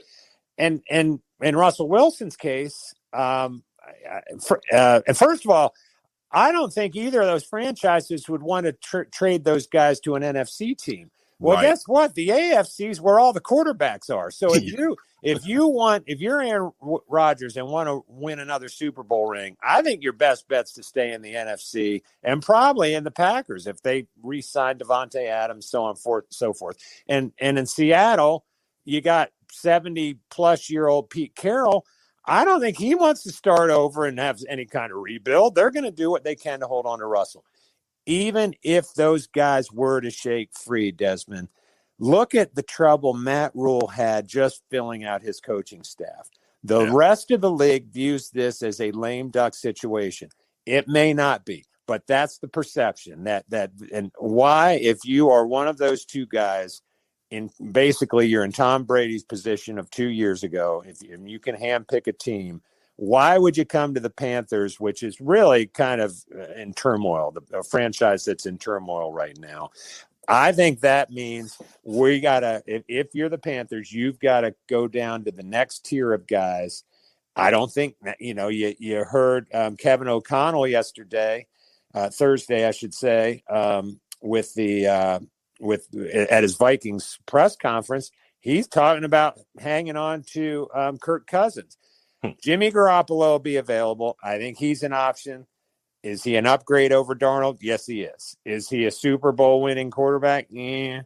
And there's some other guys in that tier too. But even keep an eye on a guy like Gardner Minshew if they really wanted to kind of like try to preserve some draft picks and let him come in and compete with Sam Darnold. Yeah, the one of the most recent articles that you wrote for The Athletic, Joe Person with us here on the rundown, mentioned Gardner Minshew as one of those options in that middle tier of quarterbacks that you just went through. Jimmy G, Gardner Minshew, Carson Wentz. Yeah, Carson Wentz is interesting. I've tried to stay away from the thought process of bringing him here. It'd be this third team in 3 years. Right. But still relatively young. Coming off of that huge contract, so would be kind of a bargain. I feel like Carson Wentz would be the same situation as Sam Darnold. Like you don't know exactly what you're getting. You kind of know a little bit more with Wentz than you did with Darnold. You kind of blame it on the team, but you kind of can do the same thing with Wentz. So I don't know. All of these guys are kind of like landmines to me. I'm not really sure if I'd rather go rookie or go that same route.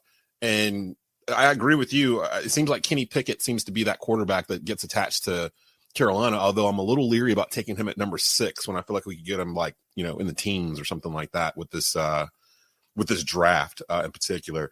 With having said that, and quarterbacks, have we seen the last of Cam Newton in the NFL? Not just the Panthers, but the NFL? Potentially.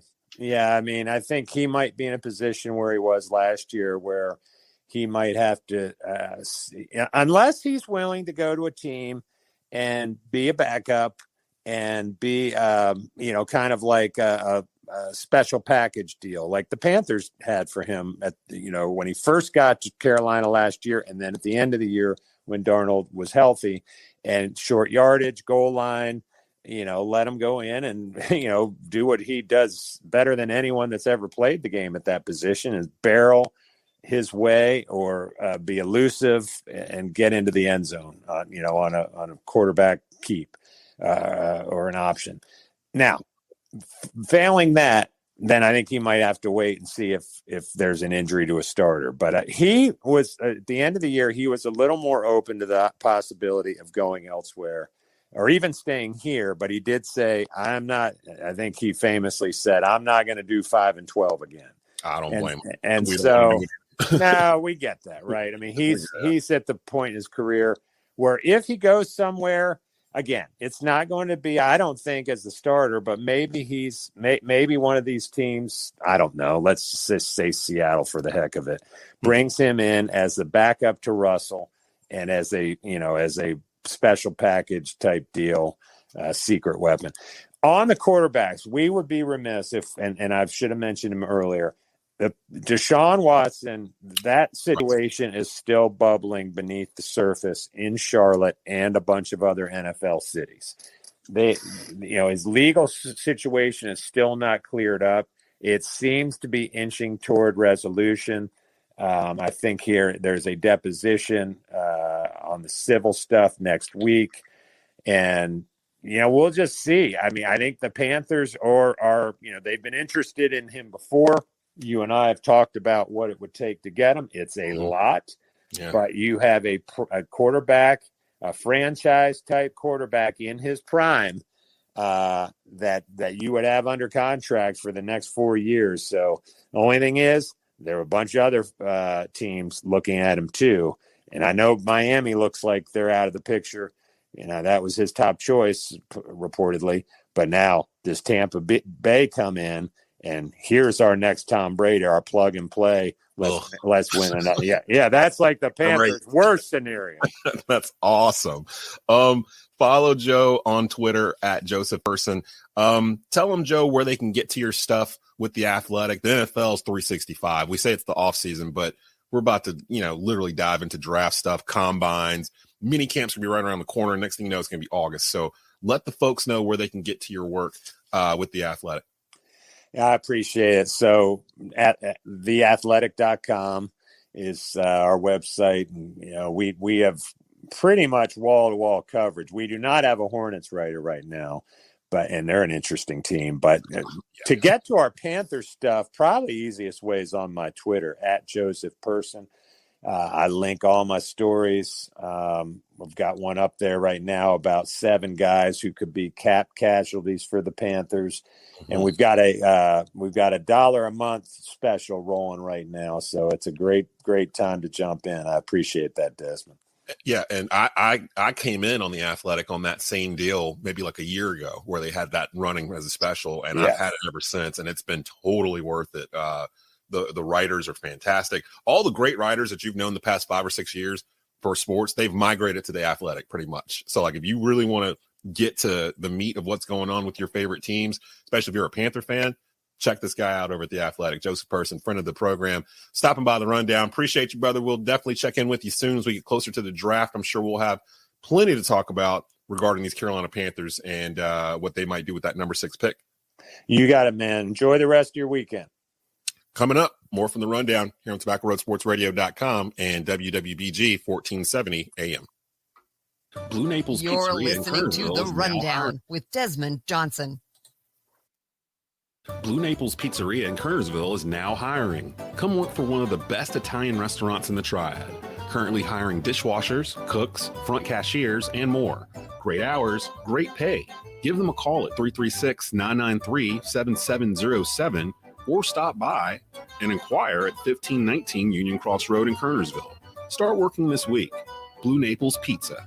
Kim Source Direct is a single source supplier. In business since 2007, they have over 80,000 products for customers just like you. Located in the heart of North Carolina, they supply cleaning products all throughout the Southeast. Whether you're a commercial business, office, or municipal building, looking for wholesale cleaning products, chemicals, cleaning equipment, or service, they've got you covered. Please reach out and start saving money today. Stop by their store open to the public and save. Kim Source Direct, 1207 South Park Drive in Kernersville. Give them a call at 336-515-9990. Order from the website at kimsourcedirect.com. Beamer Tire and Auto Repair, now with 3 locations across the Triad in High Point, Greensboro, and our new location in Kernersville. Beamer Tire and Auto offers full-service auto repair, all tire brands, free alignment checks, oil changes, and more. In Kernersville, check out the no appointment needed Quick Lube shop. Check out their thousands of 5-star ratings via Google and Yelp. They care because they know that you can go anywhere. So try a shop with a beating heart, not a bottom line. Beamer Tire and Auto Repair. Visit us on Facebook or at beamertire.com. The Rundown with Desmond Johnson.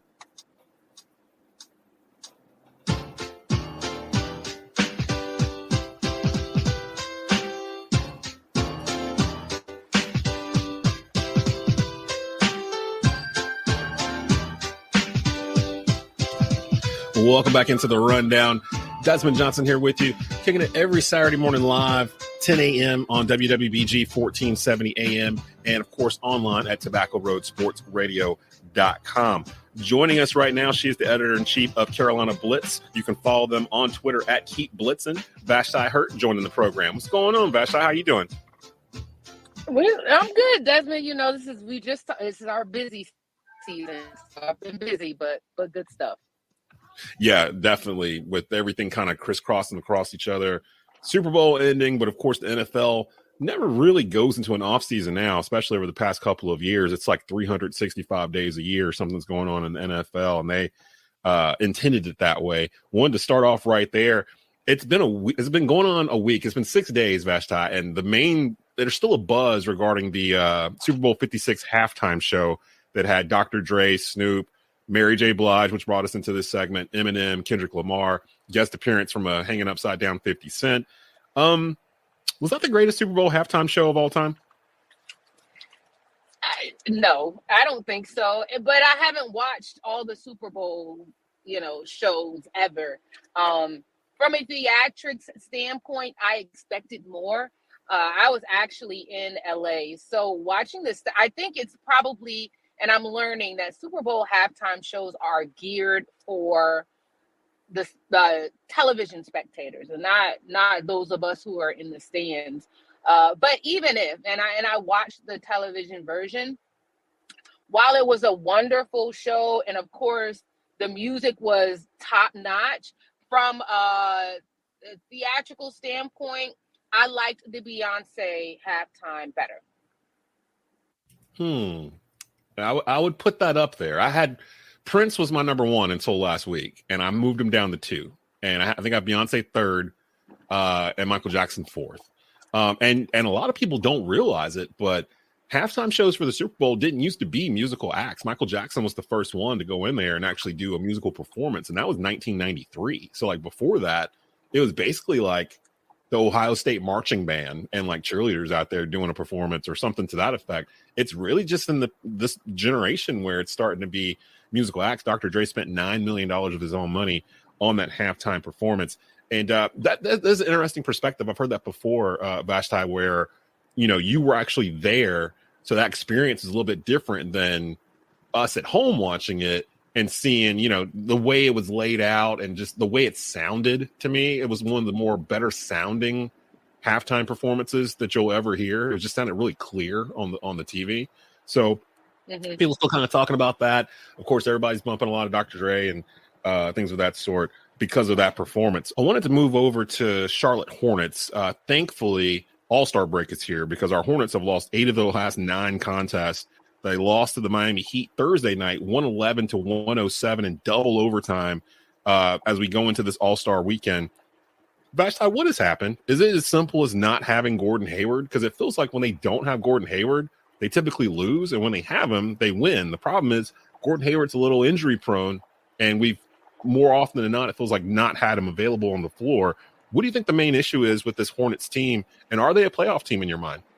I don't know if it's as simple as a Gordon Hayward thing. I do think, obviously, he provides a veteran presence and a veteran leadership. I think that there can be questions about, the Hornets' defensive intensity and, whether they come with it for the full course of the game. There are questions about maybe schematics. Honestly, and just like last season when the Hornets only need one, it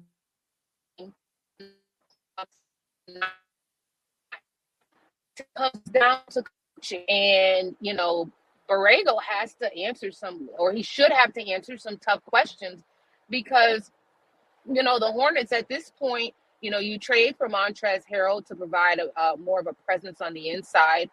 You have the pieces to be a playoff team. And if the coach isn't getting it done, then that falls on him. Now, last night, the Hornets should have won.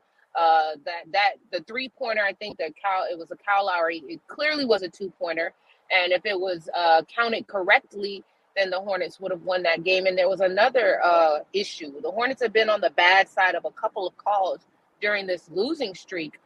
But sometimes it shouldn't even come down to that. I think the Hornets were up by double digits early in the fourth quarter.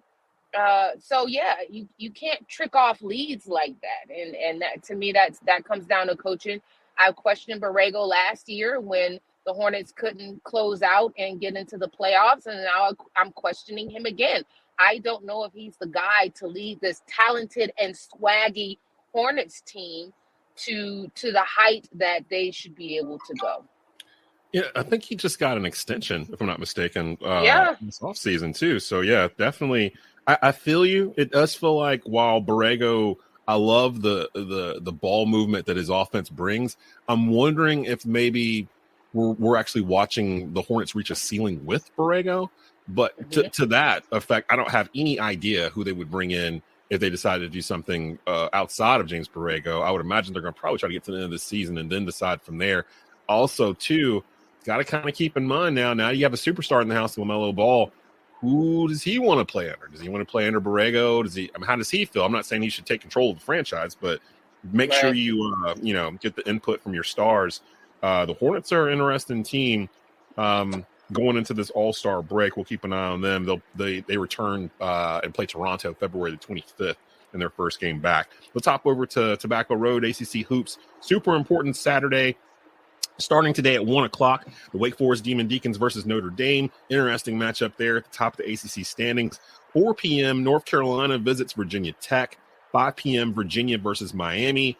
And at 6 p.m., Duke taking on FSU.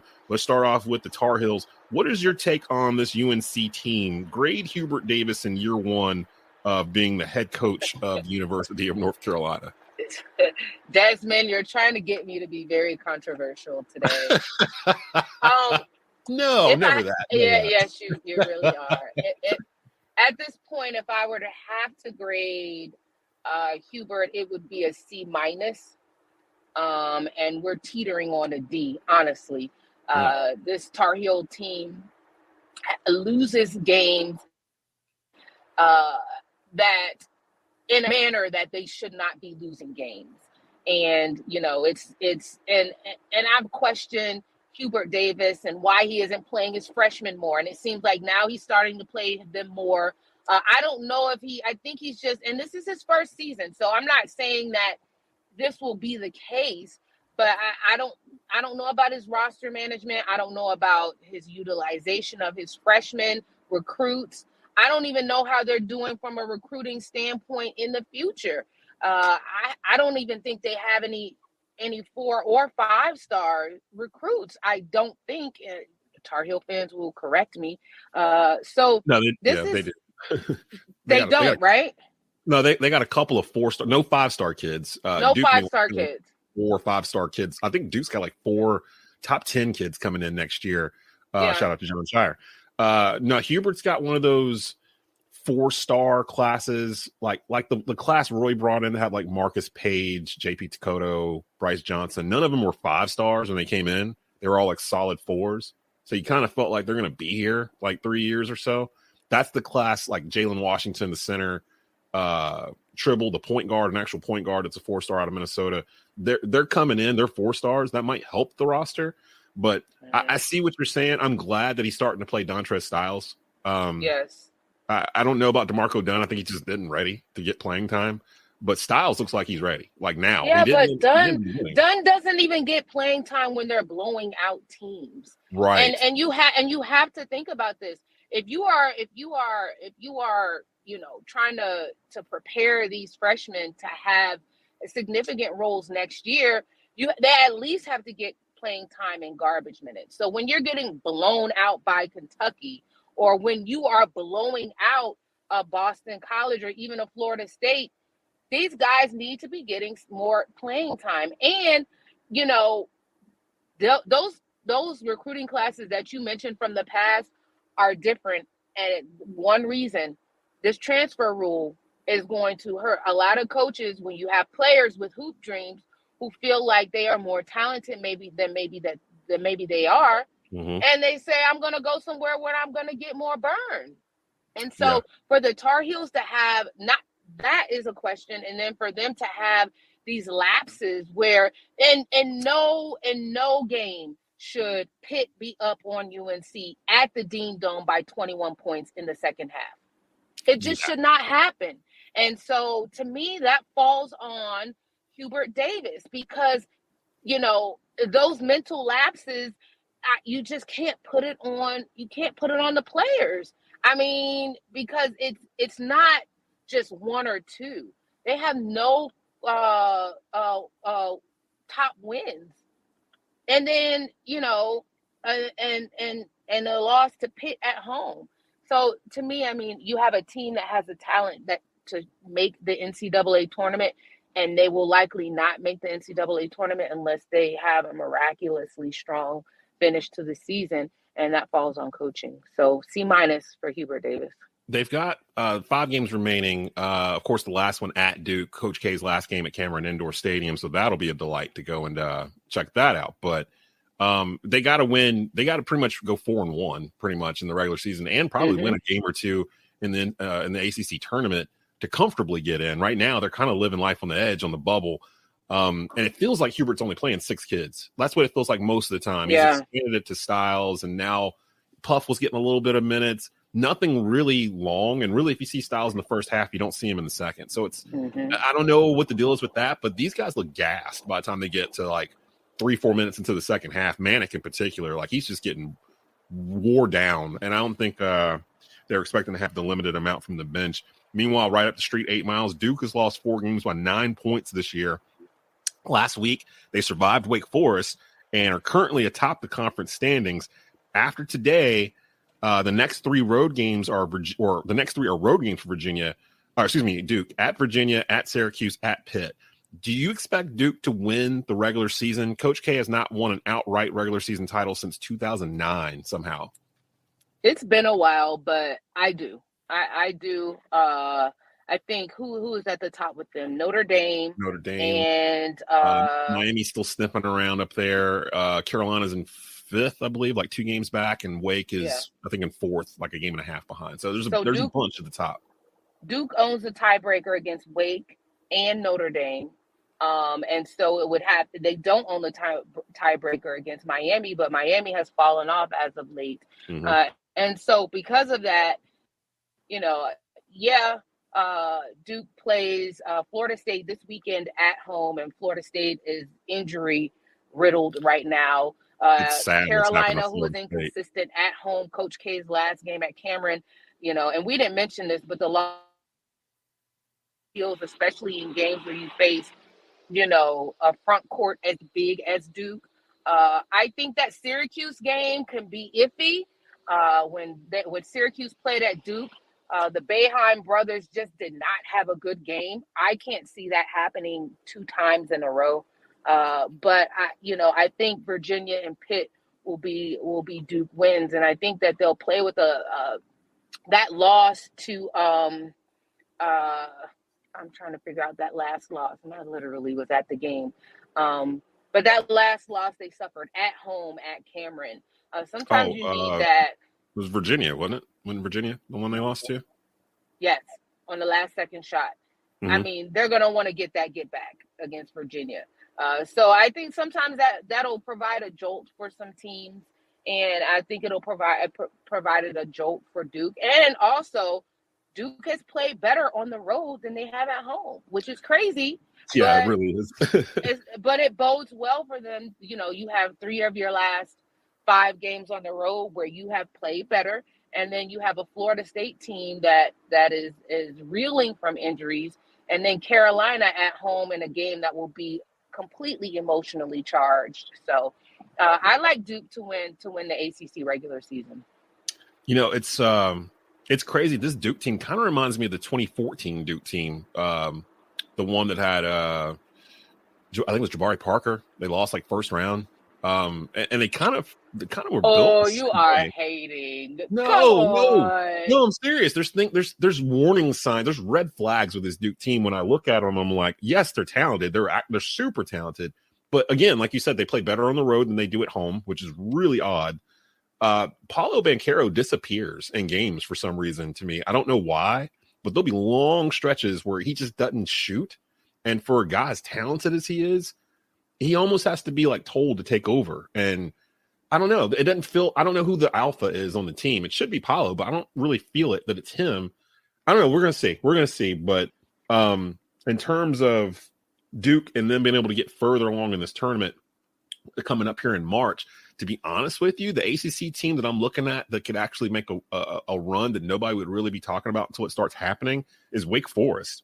They're having their best season since the 2009-10 season under second-year coach Steve Forbes. He's basically cleared the roster of anything that remotely comes close to reminding anyone of Danny Manning. He has probably freaked this transfer portal better than anyone in the country in terms of it existing and what you can use it for. How impressed have you been with the quick turnaround at Wake Forest, or are you impressed with it?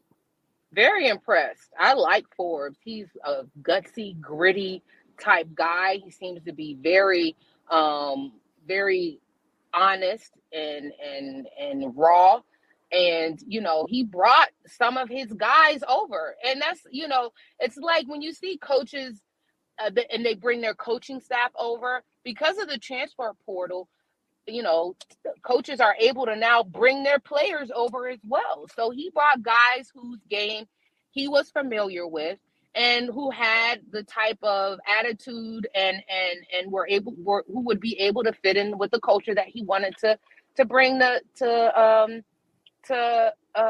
Wake Forest. So yeah, I like them. I don't know if I'm on that deep run train. It really depends on the seeding. But I do like that Wake Forest team. I like Miami. I think the ACC, and there's been talk about this being a down year for the ACC, but don't sleep because the SEC cannot be trusted in March, and and neither can the Pac-12. So I expect, although the ACC might not get as many. Oh, and neither can the Big 12. The Big 12 cannot. These are conferences that cannot. Purdue is good, but I just can't see Purdue always tricks it off in the tournament. So these are conferences that historically have had huge upsets in the in March. So don't sleep on the ACC. They've been up and down, but I can see any one of the teams that are going in there, pulling off an upset on one of these SEC or Big 12 schools. I agree, and there's a handful. Really, it's at the top. Those five schools are at the top of the ACC, while Duke is the only one that's ranked. If I'm not mistaken, I think Wake cracked the coaches poll last week before they ended up losing. I feel like except for maybe Carolina. I just don't know what to do with Carolina. Yeah. We get in. I you know what? Expectation wise, I'm just along for the ride this year and let people get a chance to kind of get his own folks in there. But Duke and Wake in particular, and Notre Dame is a sneaky good team. They had it really rough in the beginning, but this is a team that's beaten Kentucky, which has been a top 5 team for most of the season. I don't know. There's a couple where I'm like, when we get to the second weekend, I wouldn't be surprised if we get to the Elite 8 round. There's like 2 ACC teams in there. So Exactly. We'll see. We'll see. I completely agree. With Vashti Hurt, the editor-in-chief of Carolina Blitz, follow them on Twitter at Keep Blitzing. Real quick with our Carolina Panthers, because I got to mention this because I haven't talked to you really since probably maybe midway through the season. And you guys at Carolina Blitz, I got to give you guys your flowers because it felt like once Matt Rule got on the hot seat, like for real in the season, like when we really started this losing streak or whatnot, it felt like every post game, y'all were in there just hitting them with the good stuff, the good questions that everybody wanted to ask. And you guys would be the one to the point where I felt like he almost didn't want to call on you because he knew he was going to get some kind of heat from you guys. What do you think the Panthers are going to do with this 6th overall pick? They can either draft a quarterback, they can trade down, they can draft an offensive lineman. If you were Scott Fitterer, covering this team every week and knowing what they need, what would you do out of those 3 options if you had to choose? Draft a QB, trade down, or draft an offensive lineman? I think you have to go O-line based on, and the Panthers wanted to go O-line last year. And they also missed out on a good O-lineman last year. So I think you have to go O-line. If they are in real panic mode, I think they'll go quarterback. But the smart move would be O-line, try to build or solidify your own line. But, Matt Rule, I feel like he's on the hot seat. as far as you have to show some improvement this season. Can he do that with Sam Darnold? I don't know, and I honestly don't think so. And I think it's important to remember, there's still rumblings that the Panthers may still be trying to actively pursue Deshaun Watson. And if you do, you want him to have a decent offensive line. So, I think they go O-line with this pick. We'll be at the combine, so maybe we'll hear some rumblings about where they're leaning. But they went all defense recently. They've been heavy on the defensive side of the ball. So I think the smart move would be to go O-line, and there's a good O-lineman coming out of NC State out of the triangle. And Icky. So, who knows? Who knows which way they go? I think Icky is a Charlotte native, maybe. I'm leaning towards Evan Neal from Alabama. I just don't think he'll be there. I think he'll already be gone. I know about Icky from NC State. I don't know if I'd pick him 6th overall. Honestly, they need more than one guy on the offensive line. Yeah. They really need somebody to challenge Darnold in the quarterback room. I don't know if their plan is to. I was just speaking to Joe Person from The Athletic, and we were talking about this, and he mentioned, yes, they're still heavy on Deshaun Watson. Mm-hmm. Kenny Pickett's got, ties sort of to David Tepper, being a University of Pittsburgh graduate. Tepper is a huge donor to the University of Pittsburgh, and there was some smoke there that Tepper and Rule came out of Senior Bowl in love with Kenny Pickett. I think his hands are super small, so I don't know if he's the right way to go either. But we'll see. And you guys are going to be at the combine. So definitely, if you want some Panther info, check out some of the best in the business, Carolina Blitz. Keep blitzing. That's BLITZIN on Twitter. You can follow them there. They'll give you the latest updates and news and notes from the Panthers at the NFL Combine. Vashti Hurt, editor-in-chief of Carolina Blitz, joining us here on the Rundown. Always a pleasure to talk to you. And we'll definitely keep up with you and catch up to you soon. All right. Thanks for having me. Coming up, more from the Rundown here on TobaccoRoadSportsRadio.com and WWBG 1470 AM. You're listening to The Rundown with Desmond Johnson.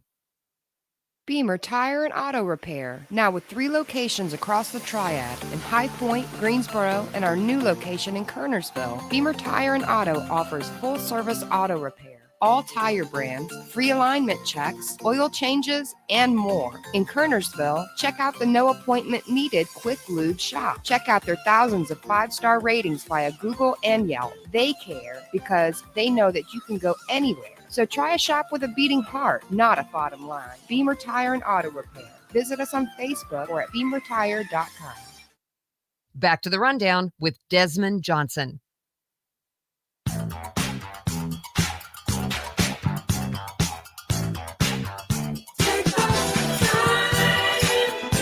Welcome back into the Rundown live here on WWBG 1470 AM and TobaccoRoadSportsRadio.com every Saturday morning at 10 a.m. live. Also on all of our social media, you can watch this on the Sports Carolina Monthly Facebook channel, the Tobacco Road Sports Radio Facebook watch channel, my LinkedIn page. You can catch it on Sports Carolina Monthly's YouTube channel, both the Twitter accounts. We're all over the place, so definitely appreciate everyone that's checking in with us on Saturdays. And you can actually comment on what you're viewing, ask a question to the panel there below at the Facebook or the YouTube channels, and we'll try to answer it as best we can. Joining me right now is the host of the Tapouts and Touchdowns podcast that you can catch every week on TobaccoRoadSportsRadio.com. I believe it's on Tuesdays in the afternoons that we've been running it right now. Ryan Frick joining the show. What's going on, brother? How you doing? Oh, just another day in paradise, man. I hope you're doing well. Doing really good. Up against it. Wanted to give us a little bit more time for it, but we got a hard out at 12 noon.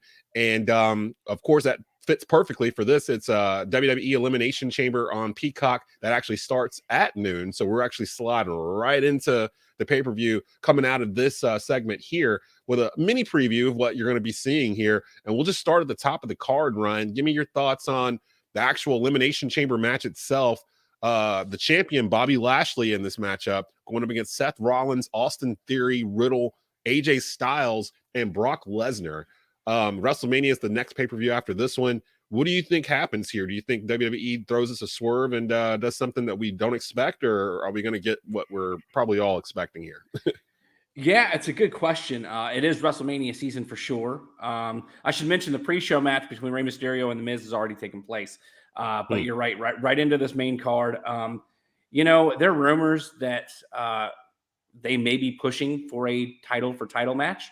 So we may get to see Brock Lesnar re-win the world championship today, which wouldn't make a whole lot of sense considering he just lost it at Royal Rumble. I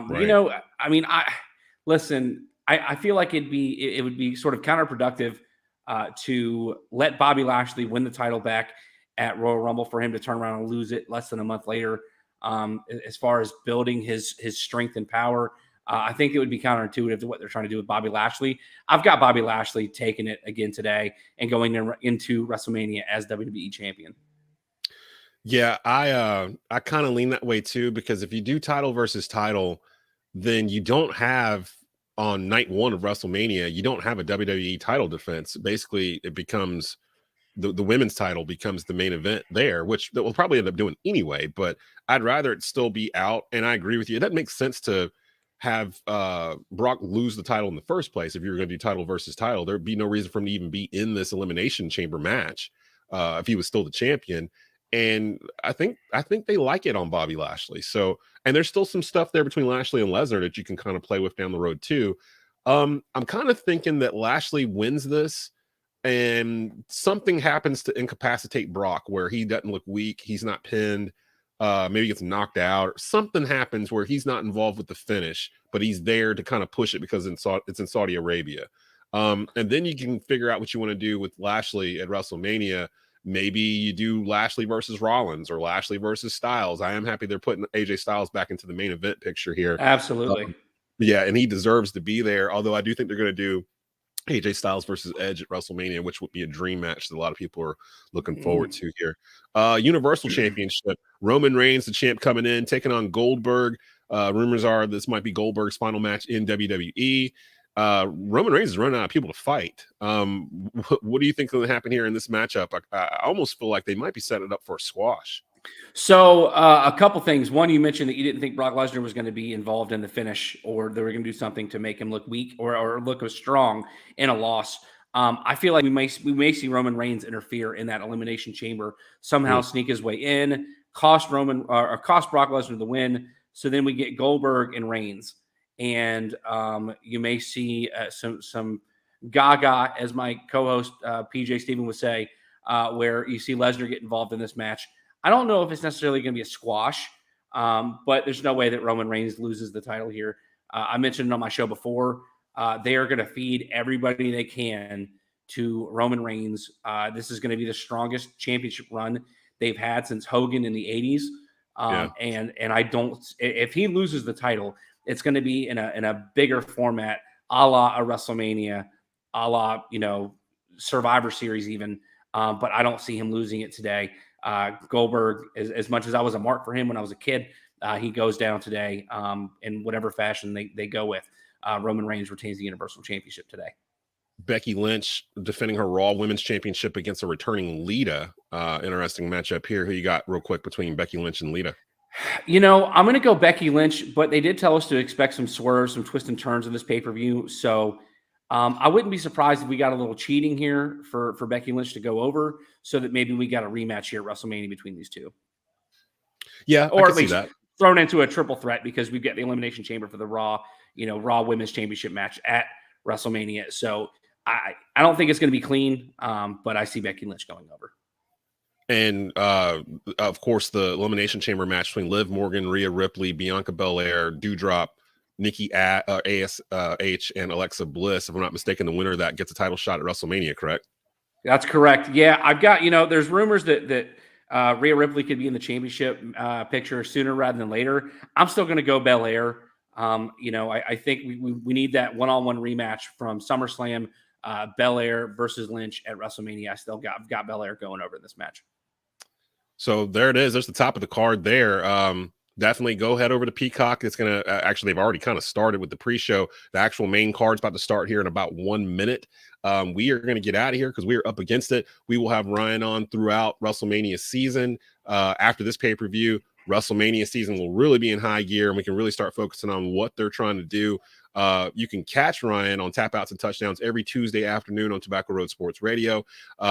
Comes on usually right around, I believe 1 o'clock is when we usually run it. But it's on throughout the week. And you can also follow it as a podcast on all major podcast outlets. Just search Tap Out and Touchdowns podcast, and you'll be able to find it pretty easily. Ryan, appreciate you coming on this morning, man. We'll definitely have you back here to talk about the fallout, and looking forward to WrestleMania. Yeah, thanks for having me, man. Always a pleasure. That's going to do it for us for today. You've been listening to the Rundown on WWBG 1470 AM and TobaccoRoadSportsRadio.com. Shout out to all of our guests today. Joe Person from The Athletic, Vashti Hurt from the Carolina Blitz, Hot Rod Funderburk, Jaelen Gilkey, and Larry Frank from Frankly Speaking Sports. We're out of here. Stick around. You've got the Pit Stop season premiere with Brett Wiseman coming up next.